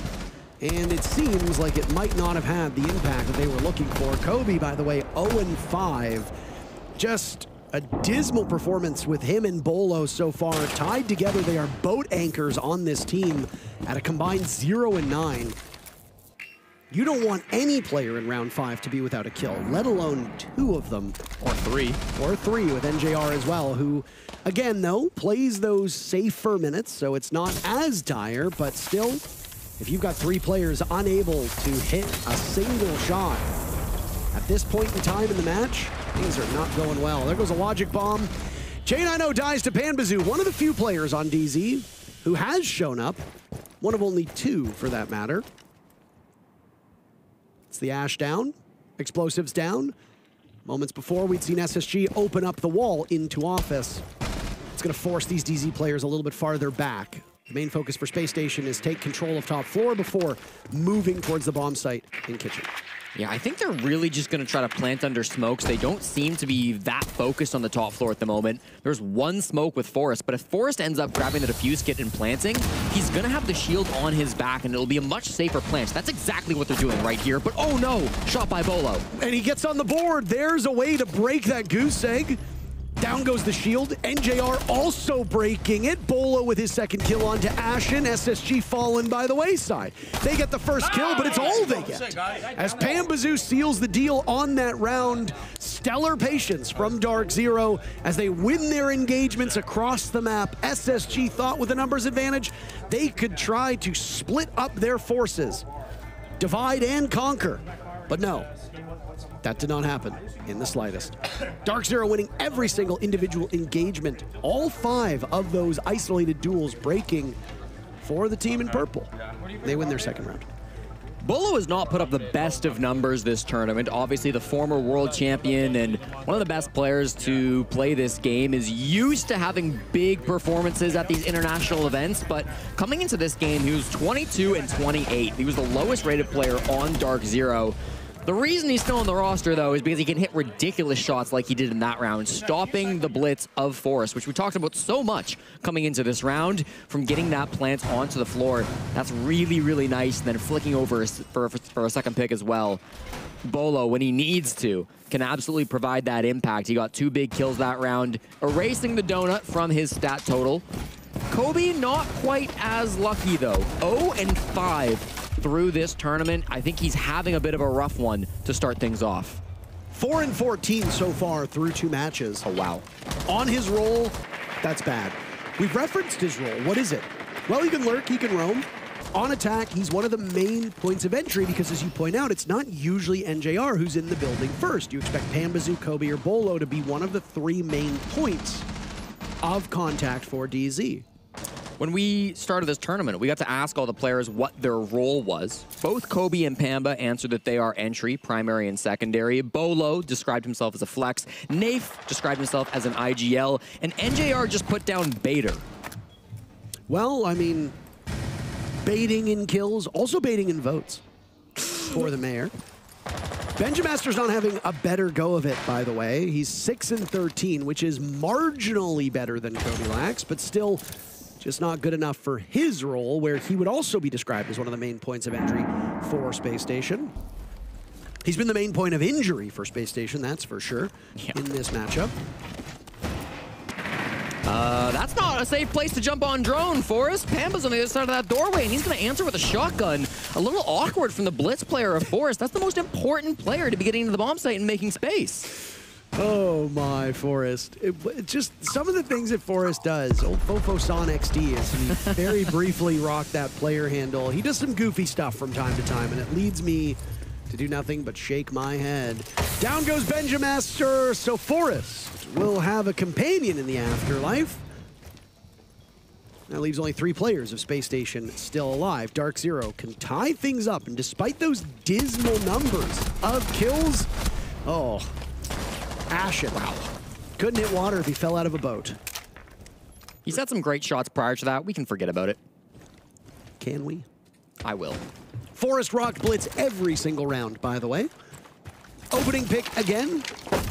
Doing a pretty good job of predicting the winner of the round. The only time that trend line is broken was in the previous round, where Ashen got the opening pick and Darkzero won the round. Besides that, the team that draws blood first goes on to win the round. Panbazoo getting the very first kill here in round 6.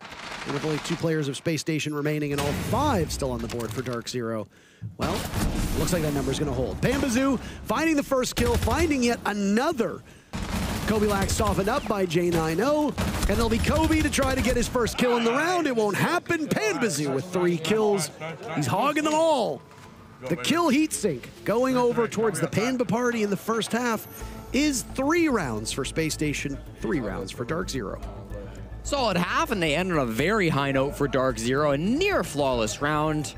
We'll pretty much count it for them. Very dominant as SSG can't get anything going. Some missed aim, of course, coming out from Ashen. Some poor droning decisions coming out from Forrest. A few errors there that aren't typical of SSG. In an important game like this, where everything's on the line, where things are so close, those are the small mistakes that you're going to look back tonight if you get eliminated and think, man, why did I jump on the drone there? Still, this game is far from over. There'll be plenty more opportunities to draw this one back. It's only 3-3 in the half. This is Darkzero's map pick, so I think 3 attacks from SSG should feel really good. It's a somewhat attacker-sided map. We generally say Chalet is like quite 50-50. For these 2 teams, sometimes when the pressure is the highest, defense can be a little bit easier. That was absolutely the case in map number 1, but Consulate and Chalet are very different maps. This is anybody's game still, Parker. We could see another banger where we go all 12 or 15 rounds and maybe DZ win it 2-0, just like what we saw in the last map, or SSG could battle it back. Chalet sits towards the top of the most played maps. In fact, it's 3rd behind Consulate in number 1 and Cafe in number 2. As of us casting this round, 92 rounds have been played on Chalet. 50 of those have been won by the attackers, 42 by the defenders. So, like Border, shortly above it, these are the only 2 attacker-favored maps in the map pool. That will suit Darkzero well as they sit on the favorable side, looking to close out this series with a 2-0. They won SSG's map of Consulate. They're looking for another big victory on their own. Even if statistically attacking is easier, sometimes in practice it isn't always the case. You're the one who's got to make that space. They're trying to enter through the garage at this point, in through Snowmobile. Got a little bit of damage onto Faults. They're droning to see if they can find anybody else, but Faults is playing this quite passive. He's fallen back to the staircase. He will walk up now.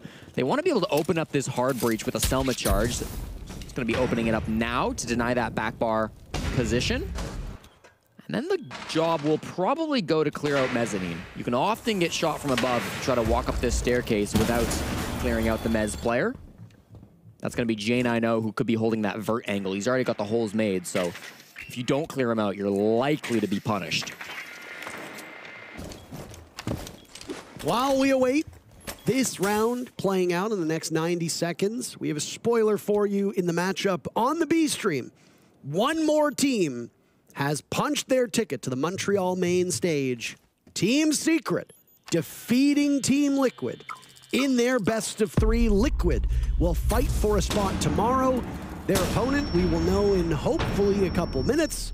But boy, oh boy, what a fall from grace it's been from Liquid as they entered this tournament as one of the favorites and just consistently seem to bottle it when given an opportunity to win. Kobe Lax finally on the board. It comes in round number 7, but it must be a sight for sore eyes as he'll now go on to drone. He still has one of those logic bombs in back pocket as well. Ashen with 8 kills, leading the way on SSG, is no more. Fultz answers back on to Pambazoo, as now Fultz moonwalks his way down blue stairs. Benjamaster also trying to make up for lost time. There's one for Forrest. Everybody from Space Station getting quite active. Almost a team kill from Nafe, as well, he doesn't seem to understand that Kobilax is side by side. Not a lot of time left for Darkzero to get themselves out of this hole that they've dug themselves in. Another kill from Kobe, and he'll have to find 3 more, but Forrest ensures that doesn't happen. Space Station takes the lead on the very first round of the second half. An impactless kill is often defined as a kill that you get even in a round that you don't end up winning. Kobilax, 2 of those being occurred in round number 7. It was great that he got the opening pick. It was less great that it took them 2 minutes and 15 seconds to grab it. They took a little bit of map control, but the only control they ever were able to grab in that round was control that SSG gave up for free. Yeah, they were in Solar, SSG didn't hold Solar. Yeah, they were in Master and Office, SSG weren't holding these parts of the map.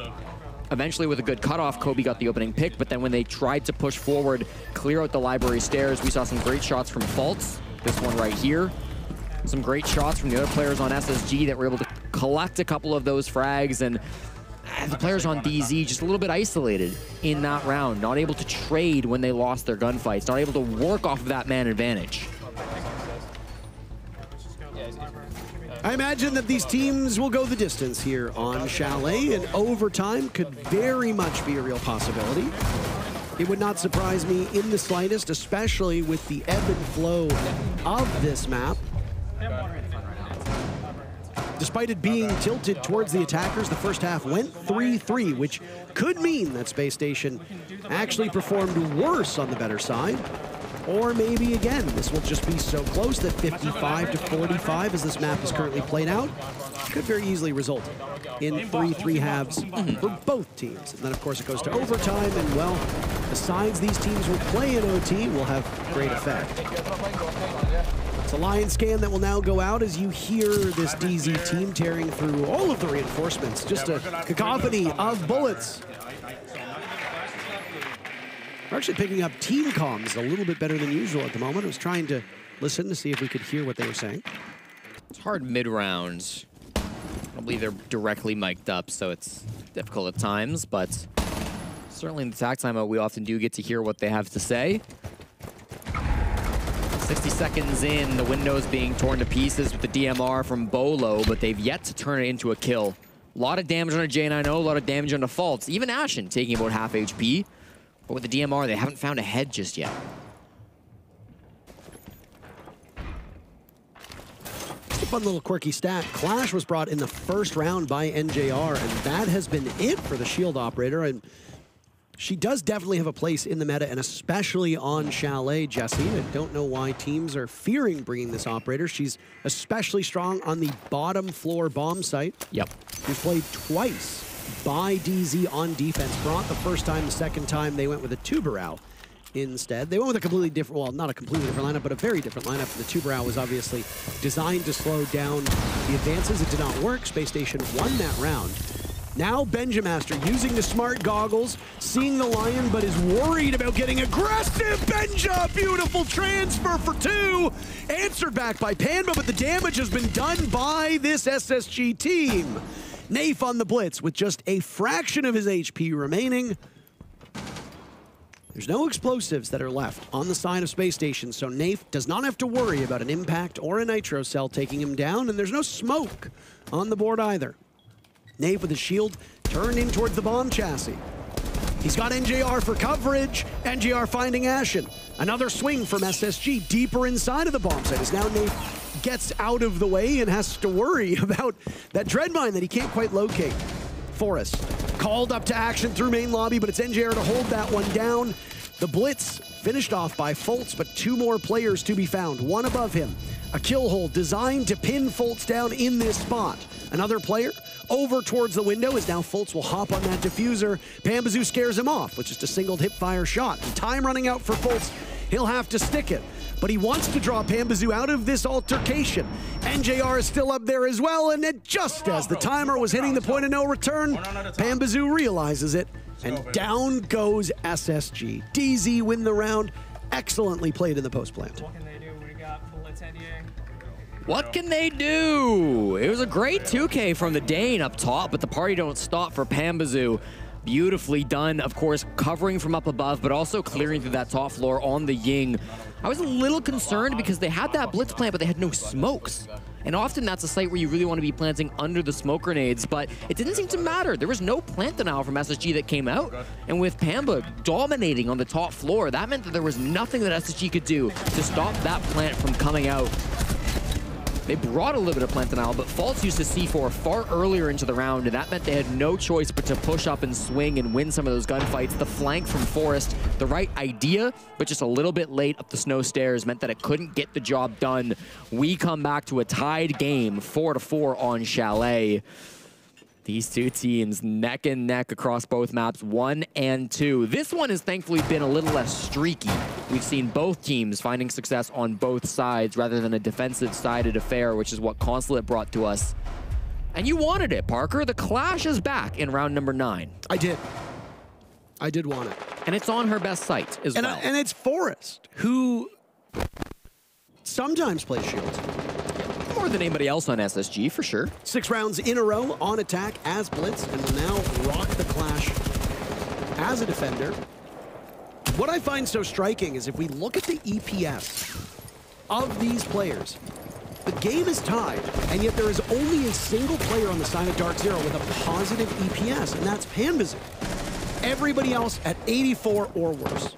Wow. Benjamaster, the worst player on Spacestation, is at 81, which is almost the same as Nafe in second place on Darkzero. Nobody on SSG is as high as Pambazoo, but they are all above 100 with the exception of Benjamaster. So even though these rounds are currently tied, it's SSG who have been thoroughly the better team, even when they've lost. Obviously, that doesn't amount for anything. Pambazoo could carry this entire lobby to a DZ 7-4, and the EPS is irrelevant. By my, say his name. Pambazoo with the first kill on default. Goodbye to the Fenrir. Ashen now heading for the hills as he hears the shield from above, and the fall off from SSG is very real. Benjamaster will ensure that there is a painful trail of breadcrumbs behind him. Bolo catching Benjamaster now down in West Main, and things have gone from bad to worse for Spacestation. Ashen's got to make a play. He can't get back to site. Of course, the hatch is reinforced, but the site's being planted in right now. NJR's putting it on the ground. Meanwhile, they're sprinting with this blitz. Nave making so much space, so much distraction. He'll get the kill, 2 on a J9O. That leaves just 2. Force on the clash, completely irrelevant in this round, and Ashen on the roam, yet to find any impact. Returning to site now. Wants to link back up with Force. Trying to clutch the 2v5. Finds one through the corner, but tries to confirm it instead of going for Kobilax. That's a mistake. Now Force in the 1v4. Hit by an air jab, and Kobe finishes it off. Not just finishing it off, Jesse, but a flawless round from Darkzero in the process. There wasn't anything slowing them down. They were picture perfect with their assault on that top floor, sweeping through SSG, forcing an earlier fall off than SSG likely wanted. And you got map control in the span of a minute without using much utility. That really was quite a limp and, dare I say it, impotent defense by SSG. And it's prompted them to call their timeout. Again, we like to reference the numbers about translating a call out into, or a timeout into a successful victory. Call out, the coach, is usually very good at settling his team down, plotting the next couple steps, and allowing SSG to, if not win a round, at least remain very competitive. The problem is for Spacestation is you are running out of road. Darkzero sit at 5 rounds. If SSG fail on this very next round, you've got to go perfect in the rest of regulation to go to OT, and then you still have 2 more rounds at minimum to play, maybe 3, in hopes of a victory.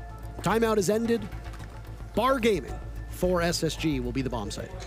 You've got to find an answer to Pamba.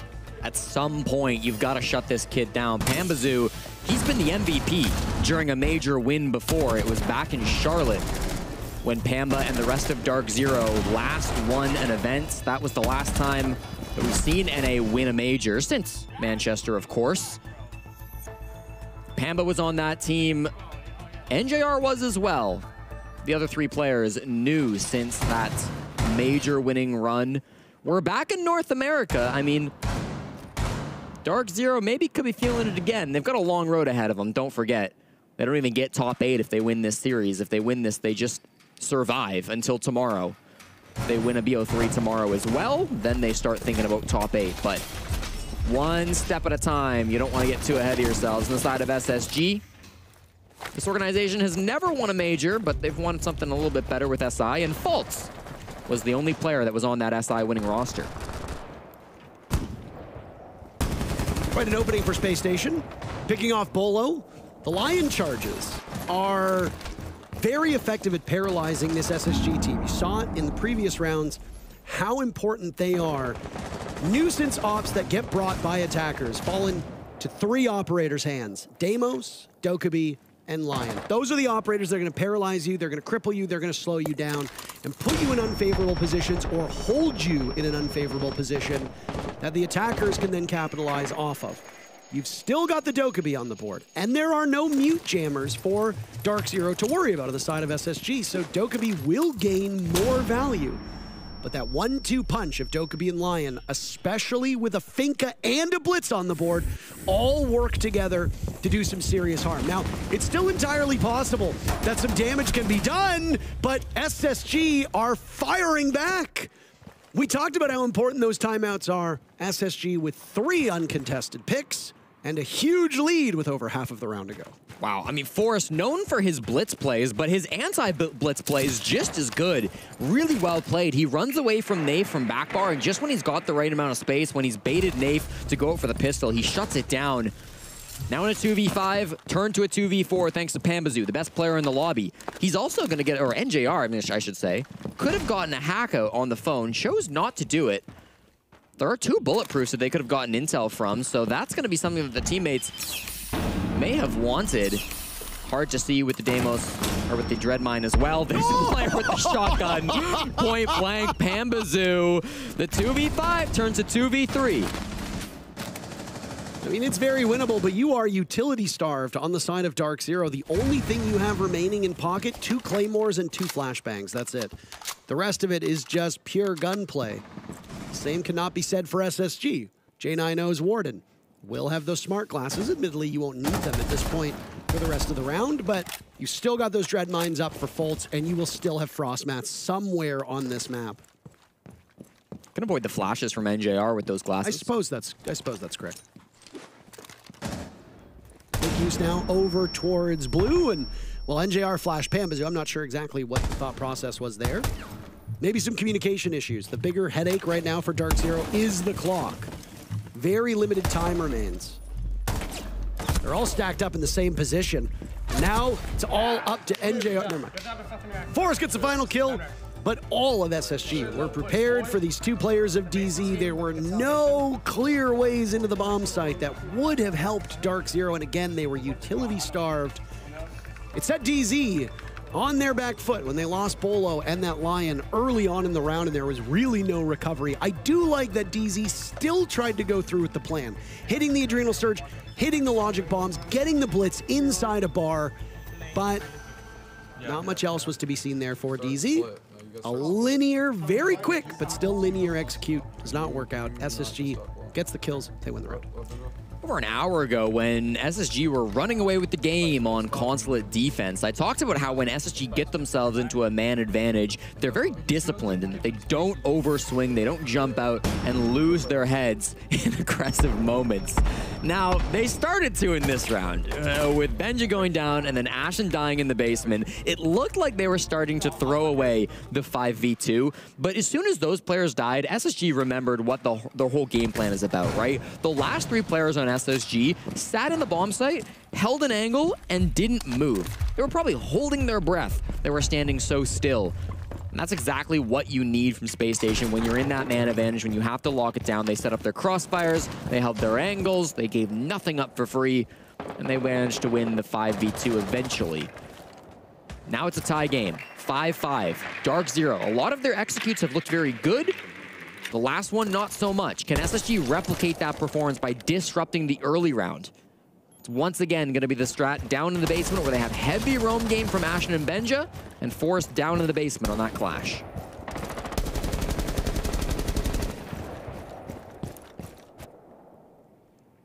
Double flank watch from Darkzero. Oh, yeah. My suspicion, oh, that's real cinema right there. My suspicion is that this will be, at least for Darkzero, an early attempt at getting the diffuser down. Because you want to unload those track stingers and air jabs so that when there's a scramble in a post plant, they gain maximum value. Maybe not. Maybe my read on the setup is incorrect. Maybe this will be a much more thorough job from Darkzero, where they put those air jabs and stingers in a position where when the diffuser goes down, they can provide some value or at least buy time early in the round. That's always a possibility. With that utility, they have to be a little bit less worried about Ashen, who is still roaming all the way up on the top floor. Everybody else is in the basement. They don't want to clear him out. Instead, they're just trying to hold him with the track stingers and with the air jabs. They know they haven't cleared top floor. This is not a missed drone. This is not a mistake by Darkzero. They're aware that there could be roamers up above. They're just hoping that with these air jabs and the track stingers that it's not going to be a problem. Half that utility's still in their pocket, though. Look at this. Pamba just putting down his second air jab now. And the third. Toxic canisters down to 1 as the clash now moves over to Wine. It's got Ashen there for backup, it looked like. Maybe it was J90. Here's a fleeting second that we saw. Still stalling out with these Toxic Babe. That'll be the last one, as you called. So my suspicion that this would be a quick one, by the way, was completely off the mark. Ashen and Foltz both striking to get what could be the first kill as they get it at roughly the same time. Now it's Pambazoo wandering in, dying, and what should be an attacker-sided map is favoring the defenders at the moment. One pick, all Darkzero has at the moment, and they will struggle with the deployable shield inside of the site. They did not bring any real soft destruction, and they paid for it. They didn't bring any of those nuisance ops. They didn't bring soft destruction. They brought a lot of anti-flank and execute operators, but you can't execute when you can't deal with the things you need explosives for, and you can't execute when you don't know where the defenders are. Space Station 1 round away from propelling us to a third map between these teams. And if SSG wins here or an OT, the teams will have traded their map picks, which will set us up for essentially a best-of-1 showdown. Last 2 rounds, Darkzero have gone direct to site. They're hitting it without taking any map control. Why, right? Let's run it back to basics if we're Darkzero here. We did a great job in the first couple of attacks, taking that map control, turning it into round wins, using that control to get plants onto the ground. Now on games and then here for Wine, twice you tried to ignore the roamers, you tried to ignore the map control and just go straight to site. You're being stuffed. SSG, their anchors are very, very good. Yours are good too on the side of Darkzero. NJR and Nafe, very talented players, but on the side of SSG, I mean, Forrest is so good at his job, putting up 8 and 5 right now. And the players that aren't anchoring, Ashen in that previous round, coming back for the flanks. Yeah, he's aware that there's air jabs, he's aware that there's track stingers, but he does not actually moving. He's getting vertical picks. He's finding that impact regardless of all the utility that was being brought by Darkzero to stop him. SSG, 1 round away from forcing Cafe as our third map in the series. Map 1 was won 7-5 by Darkzero. This would be a perfect answer from SSG with the same scoreline.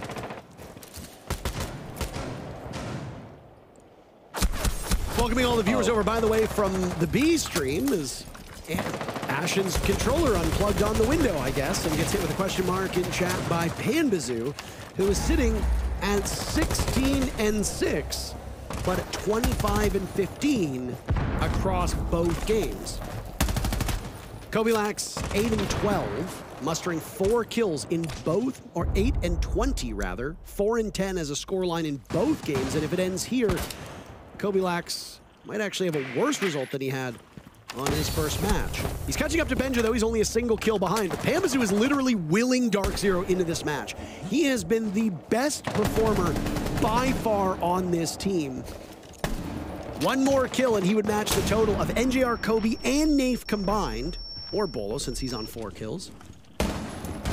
Only 3 remain for SSG. And it's a run through the jungle for Foltz now as he's downstairs in a Nitro cell to potentially rebuff this. He gets Kobe Down goes the glass. NJR had died earlier. This is winnable for Spacestation. Bolo swatting away at Fultz. As this is a prolonged case of action, Jesse, with half the round still to go. Down goes Bolo to J90, and now he takes some damage. As it's Nafe on the ground, it's up to Pambazoo to clutch in a 1v1. Him and Forrest battling each other. Forrest securing the kill on the Nafe, but Forrest wins it! Pambazoo can't get it all done. Get the man some help. Forrest up and immediately over to talk trash to the face of Darkzero. And we have a third map to settle the score between these two North American teams. The oldest player on the team still got it, jumping up and yelling across the aisle. Pamba did everything he could that game, 18-7, but it's not enough. Spacestation still got it on their opponent's map pick of Chalet. They played exceptionally in that second half. And one more map to seal the deal between these teams. Cafe Dostoevsky, Jesse. What an exciting place for it to end on. Vintage DZ in that second map, though, by the way. Yeah. The pronounced struggles among their entry players have been quite obvious. This is map one. But I mean, it was so good. Let's watch it again. I'm down. Honestly, it was it's been a fun series so far. We deserve a third map. Waste all your ammo. Keep baiting. All of you, baiters! I want to hear more of that. I feel like we've heard that clip 7 times.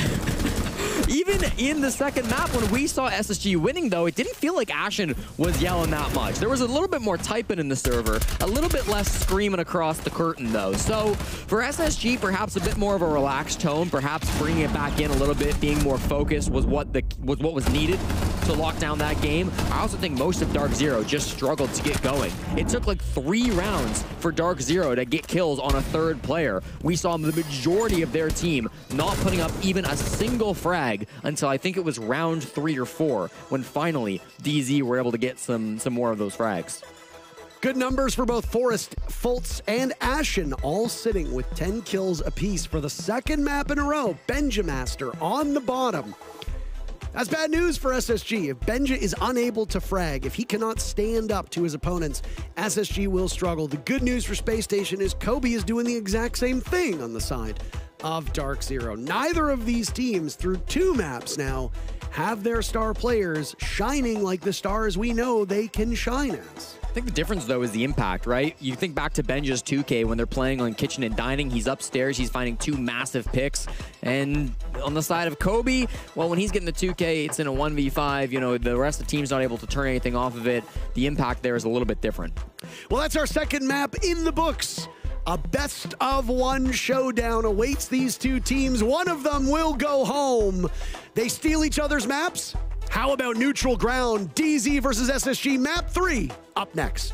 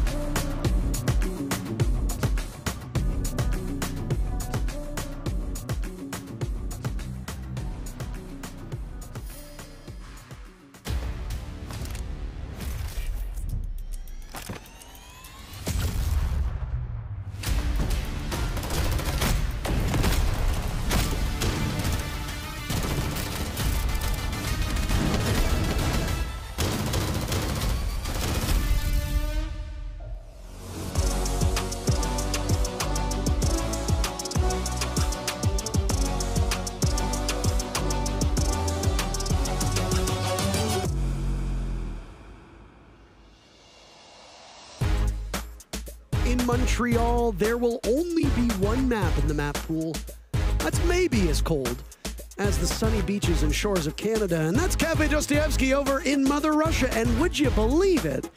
That is the map that DZ SSG will conclude on.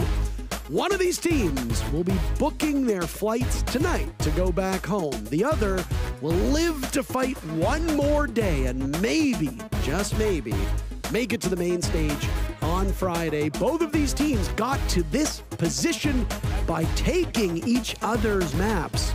SSG pushed us to map 3. They'll need to win 2 maps in a row if they want to stay alive. A lot on the line for both of these teams as they performed in North America and now still in North America will fight to the death. One map, Jesse. That's it. One map determines which of these teams goes home and which moves on.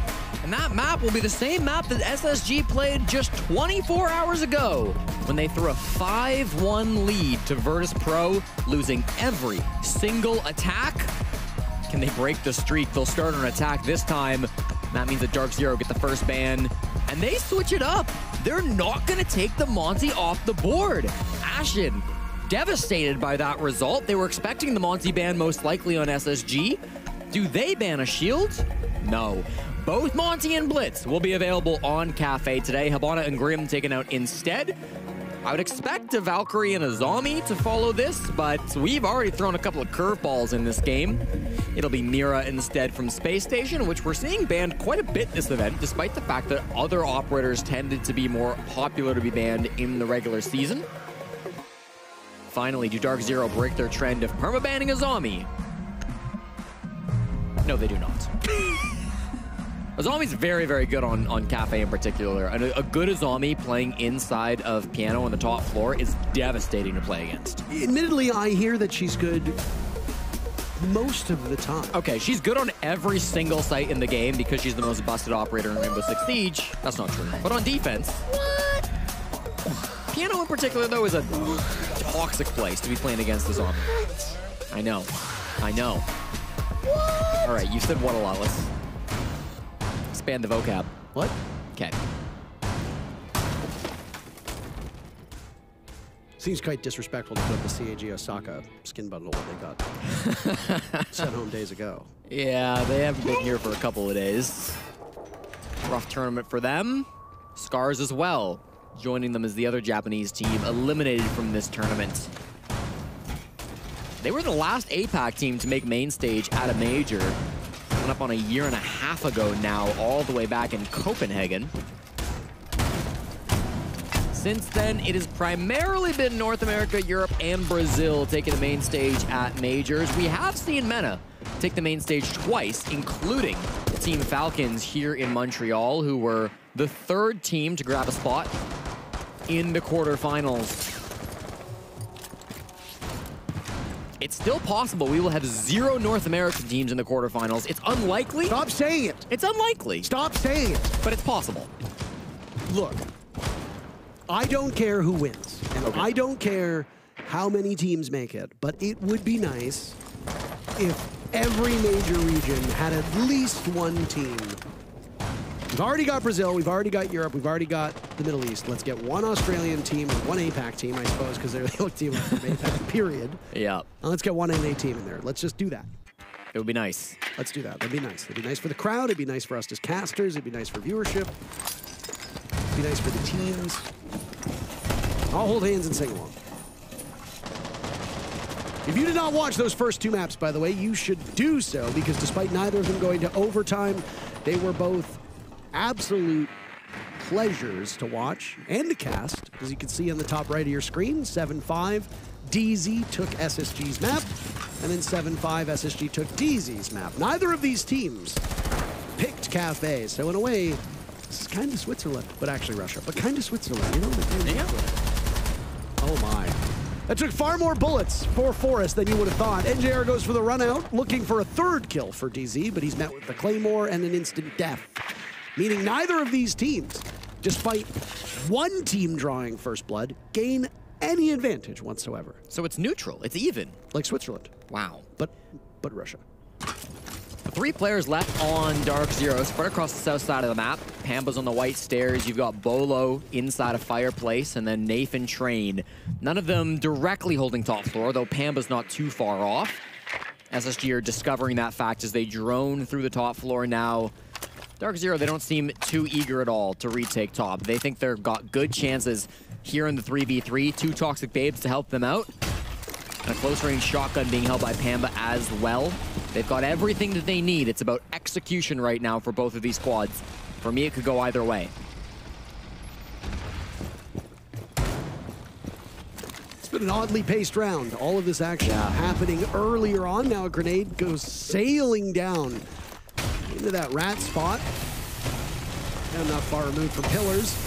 Fultz eliminating Pambazoo. That's Fultz's second kill. Now he walks his way up white. He'll surrender the diffuser in the process. Inhaling some of the gas is J9O, but his position is given away. It's all up to Benjamaster in a 1v2. Nave credited with that kill. Benjamaster, now known as he's not going to be able to get the diffuser, but has to go for picks in the meantime.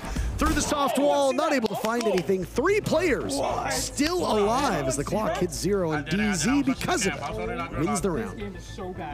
Nave has put up some fantastic smoke play across both Chalet and now on Cafe, the captain of Darkzero. Standing tall, of course, with the SAS operator. Got the trade in the 3v3 to equalize to a 2v2. Then his Toxic Babe obscured the second gunfight, allowing him to win it with the SMG-11. And ran away and baited on the time for the final kill. That worked really well coming out from Darkzero. They trusted in their 3v3. They didn't want to re-aggress. They didn't want to retake top. They didn't want to get over-eager. They played together. They played condensed. They played where they knew they could trade each other. It was really good stuff coming out in the final couple of moments. The early round, a little sloppier, perhaps a little bit more aggressive. It's not common to see NJR jumping out a window, but it happens from time to time. Fundamentally, they didn't lose enough that it was going to be SSG rolling away with that game. Came down to execution, as I said it would, and Darkzero were better. Well, while we do the prep phase on your screen, there's 2 things for us to note here, Jesse. The first and foremost is just a basic game of numbers. With the conclusion of the map before this, Chalet and Cafe were tied as the second most played map in the map pool with 104 rounds. My God, Pambazoo almost got 2 kills with that jump out, just narrowly missing out on the head of another player from SSG, but he was able to take down Benja in the process. Benja's struggles have been discussed by you and I on this broadcast quite a lot over the last 2 to 3 hours. They are not getting any better through 2 rounds of Cafe, but there's time for him to turn it around. But back to the stats before Pamba went with the jump out. 104 rounds played on Chalet, 104 rounds on Cafe, but obviously Cafe will go back to being the second most played map and will likely jump over Consulate as well to become the most played map at the tail end of this series. It is the second most defender-sided map based on wins. That is good news for Darkzero. They should be able to take the first half 4-2 because it is quite lopsided. Of the rounds played, 61% won by the defenders, 39% won by the attackers. The only map that is more defender-sided is the map that Cafe will likely jump over, which is Consulate. So the 2 most defender-sided maps played so far in this series. 2 days ago when Darkzero played Elevate on this map, they won just 1 of their 6 defenses. That obviously resulted in a map loss to the APAC team. I love that sloth skin, by the way. I really I think it's great. It's very funny. I'm a big fan. I do not stan R6 share skins. I don't really care what teams do what. I've been paid by Team Liquid to do a couple of their R6 share stuff, so obviously it could be some inherent bias, I suppose. But I love that sloth skin for DZ. I think it's one of the best team skins in the game. There it is. And it's on the MP5. It's a great gun. It is. It's a very good gun. It's a very good gun. We saw J9O even rocking the old Disrupt Gaming skin, his old org that he used to play alongside NJR. Huge. Disrupted the process, baby. They disrupted it so much they got bought by Astralis. They did. A marketplace disruption. Extreme home makeover upstairs with the sledge. As Ashen looks for a pick, he cannot find it, but J90 with that DG skin, as you talked about, getting one pick. Foltz getting the diffuser down, by the way, as Bolo and NJR are now summoned into action. Bolo stimming himself up to live through the fire as SSG scrambles to get into position in the post plant. Bolo dropped, stimming himself back up yet again, but he dies all the same. NJR last man standing, Ashen finishes him off, and the yelling begins. You fucking baldy! What the fuck are y'all doing? Thunder. Terrific. Really good stuff. Ashen was not born back when Disrupt Gaming were still in the Rainbow League scene, but he will still let his voice be known as he screams across the aisle. Those last two picks, very impactful, of course, coming out from the Star Fragger of SSG. You love seeing that. A very disciplined push coming out from Spacestation, step by step, taking that top floor control. A lot of it was given up by Darkzero. They didn't want to fight in the early game, so SSG took control of it. They managed to use that map control, use the vertical play with the sledge of Ashen to then work downwards and make that execute happen. Even though they lost Benja early, that didn't deter them at any point in the round. They always looked confident in the 4v4. Losing just a gridlock, not the biggest deal in the world, so they were still able to convert with that pretty nicely. When he says y'all are balding, who do you think in particular he's talking about? Let's speculate. Wow. Wow. Oh. Wow. All right, production. All right. For the record, that was not planned. This was not a pre-bit. Like, this is not a pre-bit. This was not discussed. Oh, this boy. was just, that was completely organic. And they did him so dirty. I feel semi-responsible for that, and I apologize. Uncalled for. While we see SSG ascend to the top of Cafe Dusty, oh, that's got to be a top 5 moment. Production has been very agile. Remember in Manchester with the Deimos bit where there was the one shot and then they cut to the person in the crowd doing one Deimos, one tap? We've been on the B stream, which is great because I've enjoyed working on the B stream, but I gotta say, it has been a pleasure to see the speed at which A stream can handle the things that we say. While we are awaiting action, we are starting to see and starting to get information as to what tomorrow's matches will look like. There is going to be an absolutely insane match, no matter what happens here with DZ and SSG. Sonics and Liquid are 100% confirmed to battle tomorrow. Only one of those teams will make it to the main stage. That's so scary. That is very frustrating from an organization standpoint because these are two of the most tenured and historic orgs in the history of the game. If Darkzero wins this match and SSG goes home, the games will be VP DZ, Virtus Pro and Darkzero, with only one of those teams making it to the main stage, and then Black Dragons and Chiefs as the other match. If SSG wins this map, it will be Virtus Pro versus Chiefs, and SSG will play Black Dragons.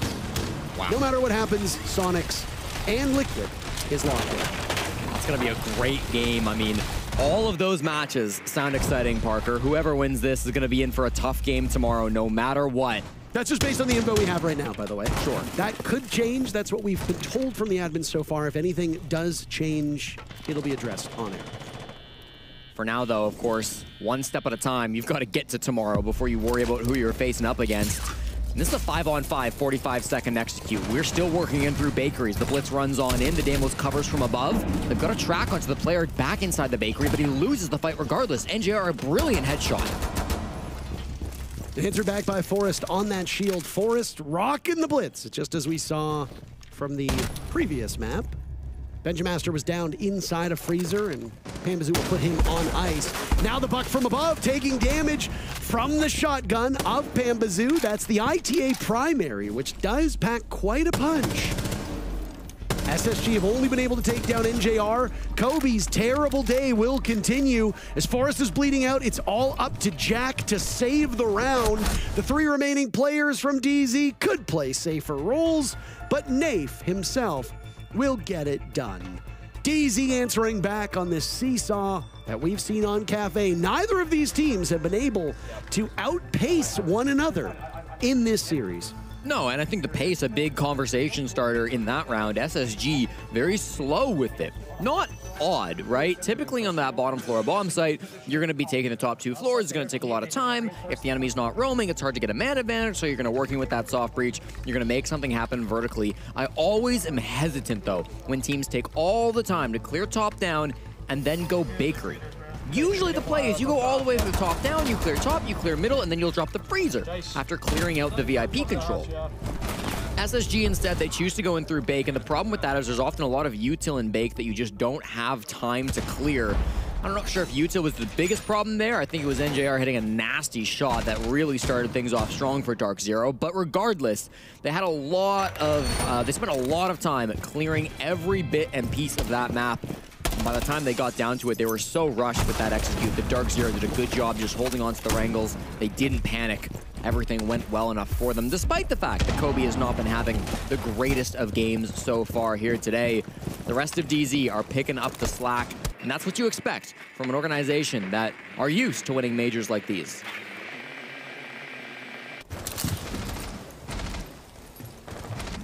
One thing that we've tried to stray away from as talent in the last little while is calling out the poor performance of players who aren't usually designed to get a good performance out of it. For example, on support and anchor players, if they only get 3 to 5 kills in a matchup, it seems a little unfair to skewer them for their performance, when in all reality, that's about standard stuff. You know, they're used to the fraggers getting the kills. Brede last game, a great example.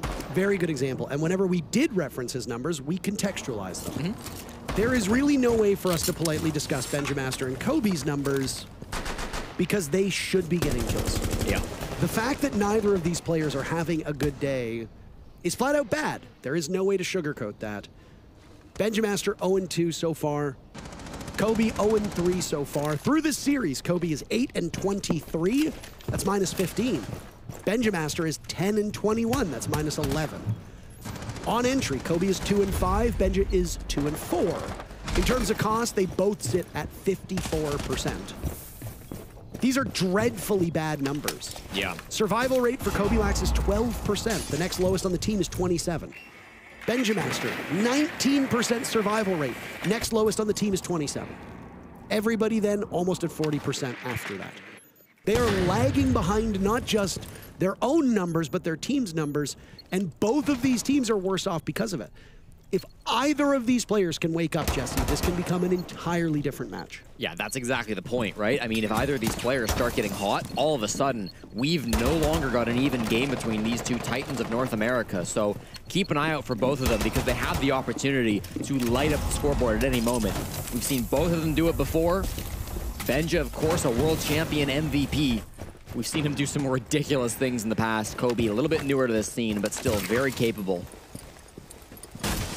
Top floor at the moment being controlled by SSG. They've forced back almost everybody inside of Darkzero, with the exceptions of NJR and Bolo. A lot of these players, though, still are pushing them backwards. The very top floor, still SSG being torn apart with the sledge. How is everybody alive and almost nobody's had any damage done? And there's 20 seconds left in the round. What is happening between these two teams, Jesse? Ashen with 1 kill, but Bolo died. J90 is dead. There's 10 seconds left. 7 players are still alive in the server. This is going to be absolute chaos. It's anybody's guess as to who wins. Foltz with getting diffuser down. There goes the yokai. And Nafe from downstairs in kitchen wins the round. An utterly bizarre showing between these two teams. I mean, we're on the defaults right. It's just, I think we gotta get spicy here. I'm speechless. Genuinely. Nafe has been so good for Darkzero today, both on maps 2 and 3. Even though they didn't win map 2, it still has felt like Darkzero have been relying on Nafe in these late rounds. The anchor, the IGL, and the captain of DZ has been so good. I think back to the first game of the stage, Darkzero versus Sonics, the first time we got to see a DZ without Canadian.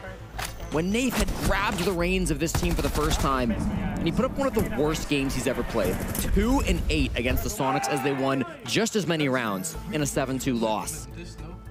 Following that, he had disappointing game after disappointing game. It really took 2 weeks or so in the North American League before Nath started finding a groove. And now, he looks unstoppable. It's not that he's getting ridiculous kill totals like we see sometimes from a guy like Ashen, like we see sometimes from a guy like NJR. But the impact that Nath has in the late round in particular is game-changing. It defines how Darkzero win these rounds. It's been so good to see that Yokai play, not statistically going to show up on the scoreboard, but that's exactly what is needed. The fact that he's doing all of this, having such good impact, while at the same time calling for the squad and making the decisions on this team is very impressive.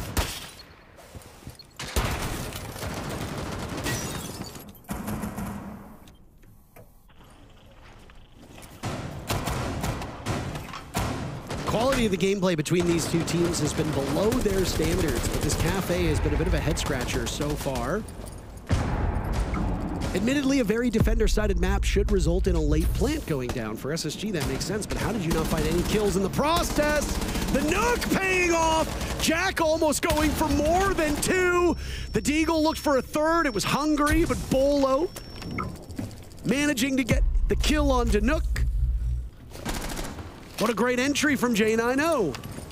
It's bought SSG a lot of time. It's bought them an opening with 2 minutes to go. They can figure out where these last 3 players of Darkzero are positioned. Importantly, they kill the Warden, who can see through smokes, and they kill the Valkyrie, who would be having a Nitro cell that can blow up a player inside of smoke. That's going to make the job of the Capitao so much better. Force will be impactful in the late round when they go for these execute. Of course, they've got to get to that point. Pambazoo is so hungry to get an equalized kill, but they're not offering it to him. Faults on the staircase. Here's the gunfight now. Still can't take it. Pamba, very cautious. Doesn't want to overextend, but he gets punished now as Benja drops the hatch on top. Now it's a 4v2. 4v1, it's just Bolo, Jesse, and Fold sweeps through that. What is going on in this matchup? Let's go. Good job. Down there, guys. Good shit. You seem as speechless as I do. SSG in that round, finding the plays. I think it all comes off of a great call from J90 to make that Nook work through the top floor. I think he just dropped the skylight, if I'm correct. Found those 2 free picks on the top floor when nobody was expecting it, nobody was looking for it. Oftentimes you'll see barbed wire there, maybe some beepers, but nothing was set up for Darkzero. J90 saw that gap and he capitalized on it perfectly. And that's what such an experienced player can do. This was huge. Look at that. Missed opportunity. J90, not a single headshot to be found in any of those engagements, by the way. Doesn't need him. Praising Benja on the call, though Benja himself was not the difference maker in the round. Benja still was able to find 2. Kobe, in round number 6, yet to find a kill. This is not the first time this has happened to Kobe Lax. He struggled to get on the scoreboard both maps. And right now, he's averaging only 4 kills in his role. Does frustration start to set in on the side of DZ that one of your players that you expect to be getting kills is consistently getting beaten in duels? Does frustration start to wear at this team? I mean, you can't be putting it on Kobe right now. Maybe when you go home, you think about it, maybe you have those discussions with the squad, but I mean, NJR's putting up 1 and 5. It's not all on one person by any means. Yeah, if Kobe was dropping 4 more, maybe they'd be leading by even more, but you can say that about any of these players. Darkzero, it's just about winning this game right now. Still up 3-2, still in a good position. We'll remind everyone that this is this is Cafe. You expect to be winning 3 to 4 of your defenses. If you don't, you're starting to be a little bit concerned. I think if it goes 3-3, I think it's okay. I think it's fine for Darkzero, but a 4-2 certainly feels a lot more comfortable. SSG, you're really worried about momentum from them as well. They won the last round. If they win this one, get it to 3-3, then they move to defense. They won 5 of their defenses yesterday against Virtus Pro on this very map. Despite the fact they threw that game and did lose it, their defenses were very good. You can't deny that. VP never really give up, so it's hard against a team like them. All the teams that are left at this event, by the way, are good enough to punish you if you take your foot off of the metaphorical gas. Yep. Benjamaster died just moments ago. So Darkzero draws blood first. This is awkward. The Claw on Freezer Hatch doesn't really have a good counter at this point. You've got no EMPs. The IQ maybe could have spotted up the Claw to shoot it, but Now it's going to be really tough to open up that freezer hatch. You've got the can openers on Ashen, but that might force her hand a little bit. If you can't drop through the hatch, oh, the Hibana. They got it. Nice. Selma's even, not Hibana. Completely different operator. Similar things. You've already got glasses. What's your excuse? Not that I've ever said anything wrong ever in broadcasting. They get the job done. When there is a tricky electric claw, you can blow up around the bomb site. It really does help an awful lot. Exothermic charges are great for that. Selma's can also do it in a pinch.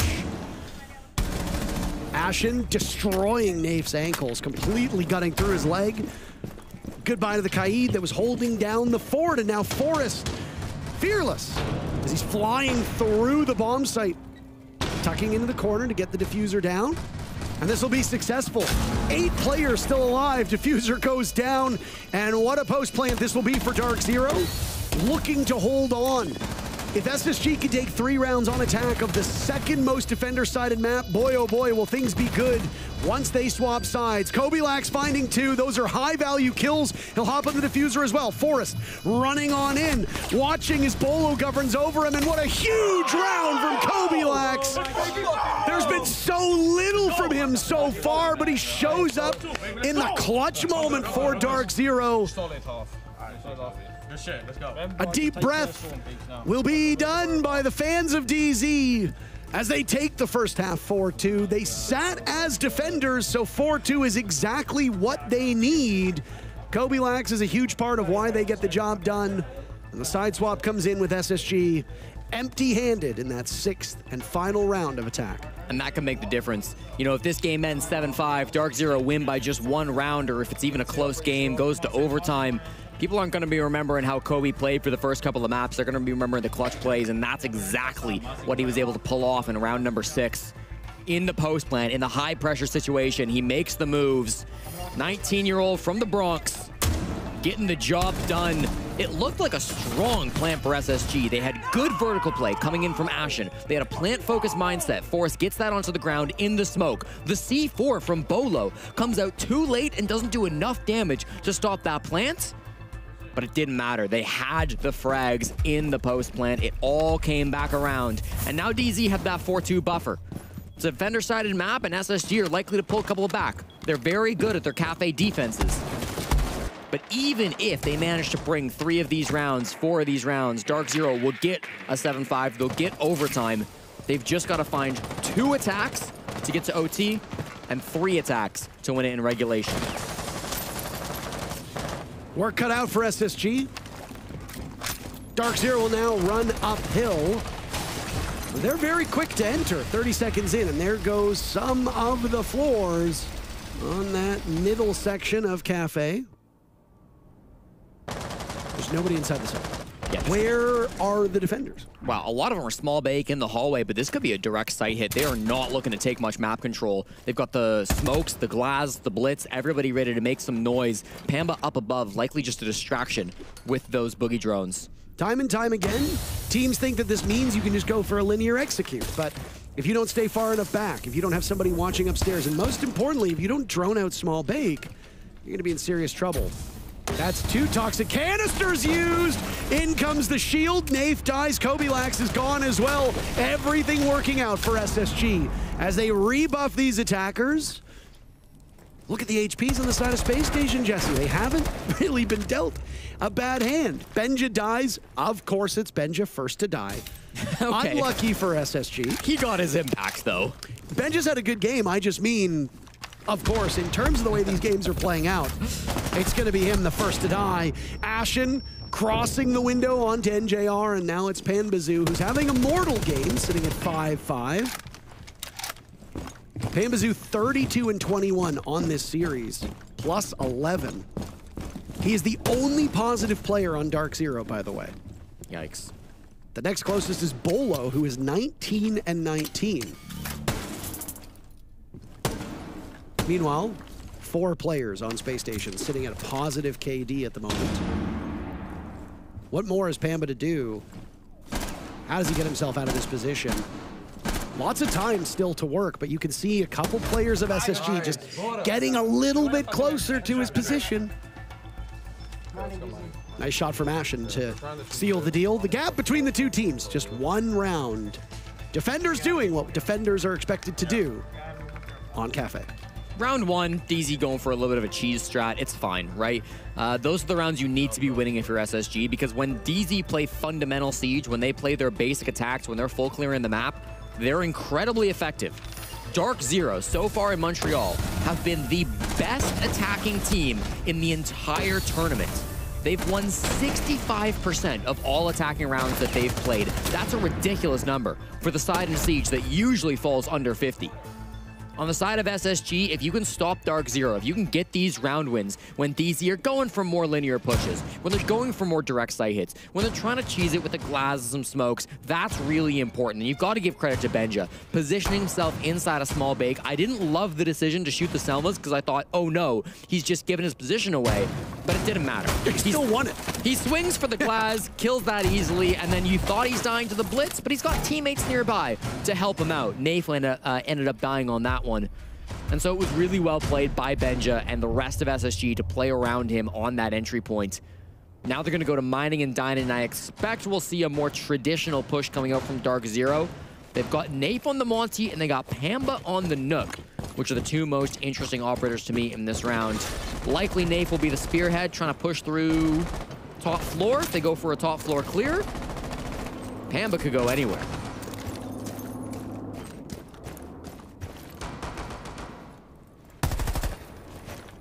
DZ going with maybe a bit more conventional of a lineup here. Monty showing up in the hands of Nafe.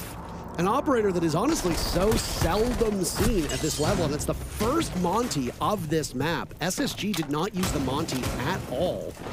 Ran with a blitz on 2 separate occasions. Ineffective entry by Darkzero. We talked about how NJR is usually such a cautious player, a smart player. Yeah.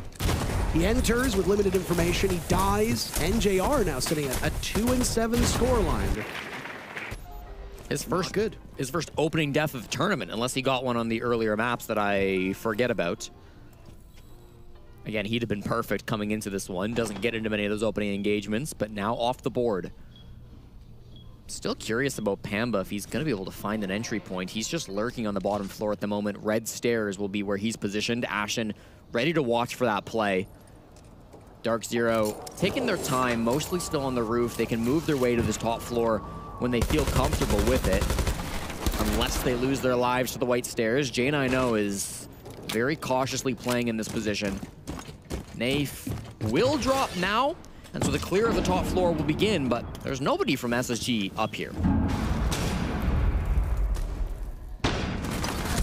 There's another interaction, as it looked like they were going to sweep through the bottom floor as the defenders were rotating, but Pambazoo gets caught in the midst of the bomb site. That's where a Nook is going to be, so it stands to reason that the Danish op would get picked off.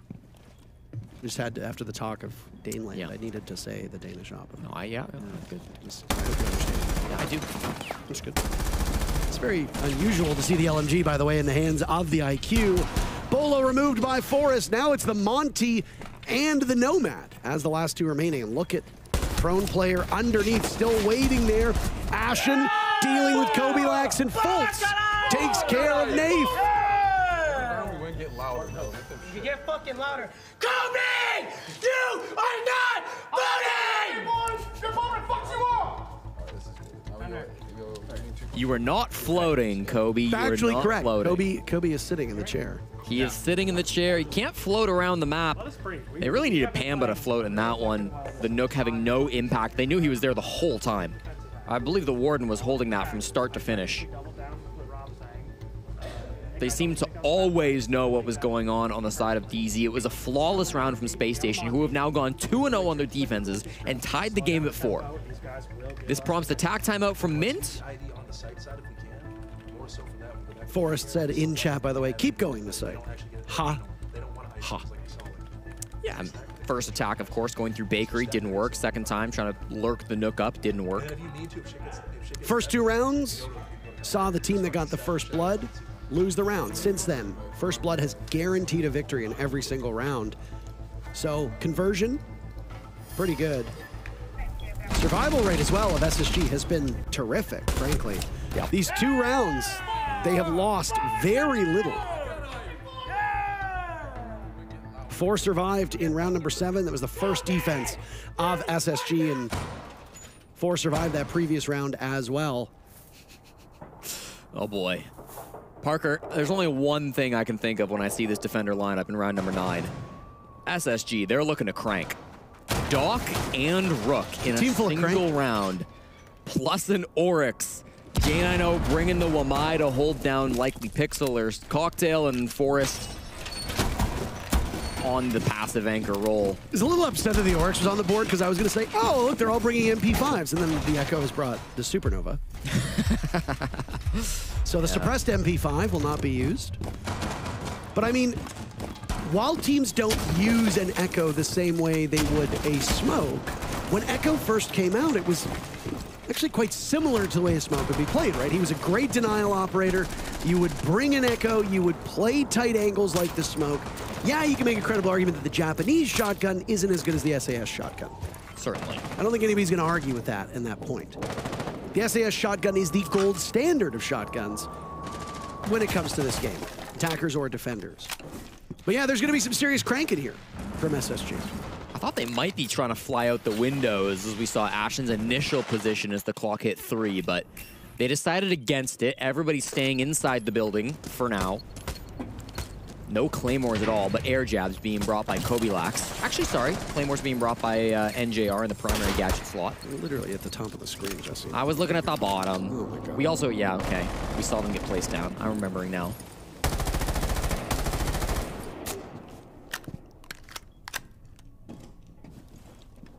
It's because there's a recruit, so there's 2. This brings 2 gadgets. That's how the recruit works? That's, yeah. That's, Yeah. Here's the jump out the window I was looking oh, for. and he misses it. NJR is prepared and ready. The second jump out. The Claymore will get the down, but the thing is that with a Rook, you can pick yourself back up. With a Doc, you can pick yourself back up, but they're both dead. So, I mean, it's going to be a little bit harder. All of these players still have access to Rook armor. This is a much better entry now from Darkzero. They called the timeout. They seem to be quite poised. How did Benja lose that engagement? Now it's all up to Fofoson with the Supernova and the Bearing 9 in hand. Through the soft wall, he pivots over towards Kobe. Pambazoo sealing the deal. They did crank it. They damn well broke it right off. DZ wins the round. Yeah, cranked it a little too hard in that round, it felt like. Rook and Doc and Oryx, 3 operators that are quite rare to see in Rainbow Six Siege. They just don't bring very much utility compared to what a lot of their competition are rocking. Very gunfight-focused round, and I think as soon as DZ droned out some of these operators, maybe when they saw the Rook, saw the Doc, I think it was pretty clear what the game plan was going to be from Spacestation. It wasn't immediately a jump out. They weren't trying to spawn peek with it, as you so often see on Cafe. Came about halfway through the round, but NJR was so ready for it. One of the most patient and cautious players in all of Rainbow Six Siege, denying a double jump out from Faults and Ashen. Goes to show his experience, and his time on Darkzero has been well spent learning the habits of his opponents. And the Claymores coming in incredibly clutch. I might not have seen them, but the important thing is neither did SSG. And so it's able to get one of those downs and help NJR in securing those kills. Now DZ are back on their feet, but does it really feel like a momentum shift? Yes, you've won an attack, but it came off of SSG playing a goofy strategy, a bad strat, I'm gonna say it. An unorthodox play which is only designed to catch your opponents off guard. You're not gonna run that strat again, you never were. So when SSG go back to playing more traditional defenses, when they maybe rein in the jump outs a little bit, will Darkzero still be finding success? Great question, Jesse. Why don't we find out and not say a word for the next 2 minutes and 30 seconds? All right, I'll start. I actually think it might... You did not just hit my mute button. I forcefully muted your microphone for the bit. You did not just hit my mute button so that I couldn't talk. I gently placed my finger upon it.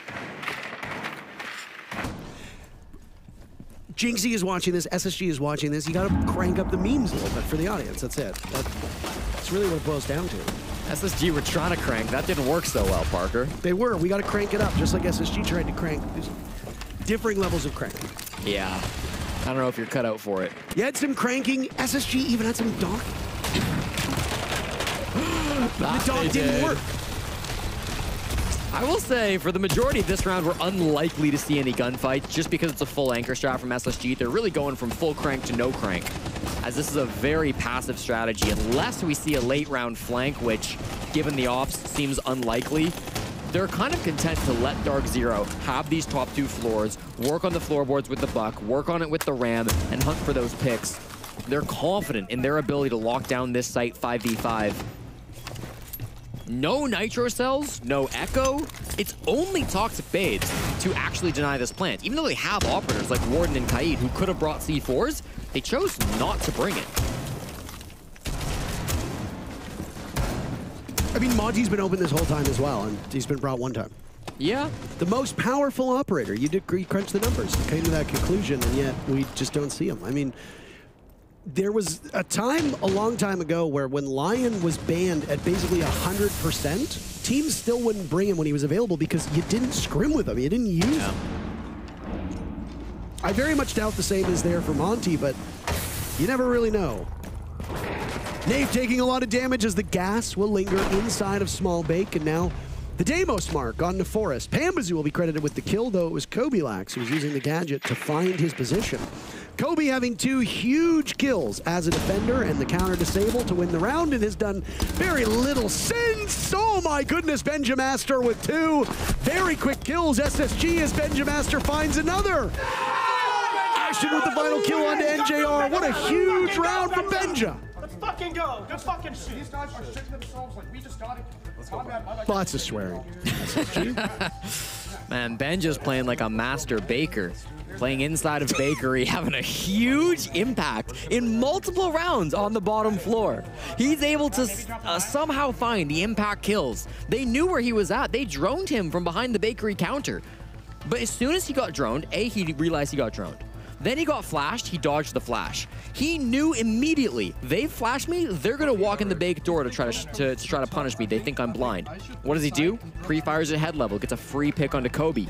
Then he says, okay, they're probably also pinching me from small bake. I'm gonna swing the small bake door. Runs face first into a Flores and manages to get that kill as well. Then just for fun, a long angle shot through the bomb site to get a triple kill on the round. Ridiculous stuff. Let's watch it again from Benja as it was so beautiful. 1-2, and then the third from the long angle, closing out that round on the Pambazoo. That's the solid gameplay that we expect from Benja. He's been really heating up. 6 and 5, finally positive for SSG. It was a few rounds ago, Parker, that we discussed how whoever heats up first between Kobe and Benja will lead their team to win this game. And we've got our answer. It's been Benja. NJR has started to find a little bit of momentum. Yeah. As has Benja, as you just talked about. And those 3 kills in particular were high value. Benja's been also providing strategies. There was one round where Benja did very little, but SSG gave him a lot of praise for coming up with the strat to get inside of the site. I hate to say it because it sounds mean, but Kobe again. Only 2 kills to his name. They were instrumental in winning a round. But beyond that, very little impact. 2 and 8 means he is 10 and 29. Wow. Came into this with a -2 KD. This is going to be a big hit to his ratio. I'll also say we're in round number 11. It's 5-5. Both maps so far have ended 7-5. Yep. You got to wonder, first 1 to 6, the odds have been pretty good. Well, I mean, the odds are 100% at this point. That's pretty good. You get to 6, you win the whole thing. That's pretty good. That's very good. Did your degree in math tell you that? It did. Very worth it. Again, just to talk about the numbers. Pambazoo is the only positive player on DZ. Bolo dies in the hands of Ashen. A swing in on White Stairs. They thought they had something going for it. Another Monty on the board for DZ as well as it encroaches on the space. A Nitro Cell tossed out. Pambazoo taking a lot of damage. Nafe will reaggress. and an explosion will go off. Not enough to damage and kill them, but enough to seriously limit their HP. J90 has died, so there's at least one kill from Darkzero. But it's SSG very firmly in control at this point. Playing far enough back, very graciously letting Darkzero take that top floor, Jesse. No, Pambazoo dropping Nafe. These are the silly little mistakes that a team that is fighting for its life, that has let their opponents get into their head, will make. A couple more of those and it's lights out for Darkzero. SSG will be very glad to accept anything that DZ does wrong. Up above now, full control still being held by SSG. This time is going very low. Darkzero are going to be pushing with less than 30 seconds to go. Could be less than 20. Ashen starts it with a pick onto Nate. That's the Monty down, and he finds another Ashen. 4 kills through the round. He's just going to find NGR for the ace, and he's looking for it. No, through the wall, Jesse. Hitting every goo mine on the way. Bogged down, swamped by Fultz, but it was Ashen to stun us in that round. Let's go, Match point, series point, SSG. that is going to be hard to come back from. Every game has ended 7-5 in this series. And that one, I mean, Darkzero, they had the map control, but they had to go so chaotically into the site because they had no time at all. And Ashen capitalizes beautifully. 4 huge kills for the star player of SSG. Just 19 years old, but the impact this kid is having is ridiculous for Spacestation. You can love him or you can hate him. You cannot deny his skill. 1 round will be all that it takes for SSG, a team who looked down and out after losing their map pick 2 hours ago, now have brought Darkzero to the brink. You are not floating! I think Ashen can come up with a better zinger than you're not floating, though. Like, I mean, I think that's below his skill level. Okay, it's that or it's 50 swear words. What do you want? I'll take the swear words, thank you. All right. All right.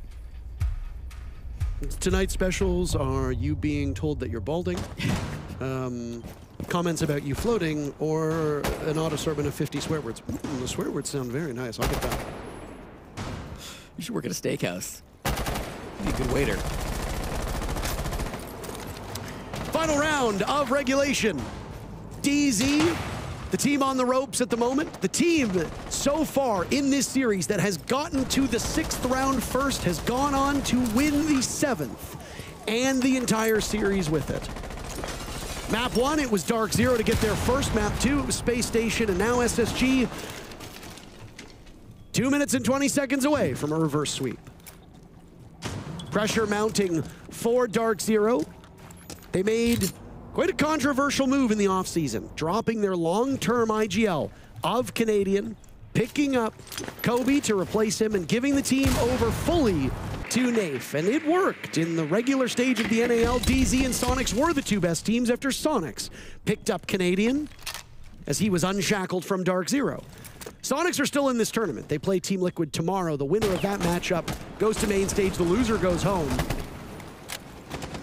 There's been a lot of comparisons between these teams, Jesse. Both succeeded after the roster moves, and there's no real animosity between the teams, but it's DZ right now facing elimination, and it might be at the hands of Canadian's old team of SSG2. Ashen drops. That's 18 kills in the ground for Spacestation. Nafe is gone from Darkzero. That's all of the logic bombs. Both serious losses to these teams. Fault's a little isolated here on the top floor. His teammates are all beneath him, with the exception of J90, who is inside a cocktail still. The Candelas, they won't be effective, nor will the smokes up against the Warden of Faults. That could provide a huge opportunity if they think he's blind. Inside of Cigar now, looking for this pick. He drops the hatch instead, gets out with his life. 4v4 though, and still shots firing towards him. Benja, his teammate in the meantime, taking down Pambazoo with a man advantage now. Oh, J90 breaking through, reducing Darkzero to just 2 players. Bolo and NJR. Both of them having a rough tournament. Both of them playing below their own skill levels, and SSG looking to exploit that in what could be the final round. Goodbye to NJR. It's all up to the father-to-be Bolo himself. You ask, when does Bolo play? The answer, next event. Forrest with the final kill.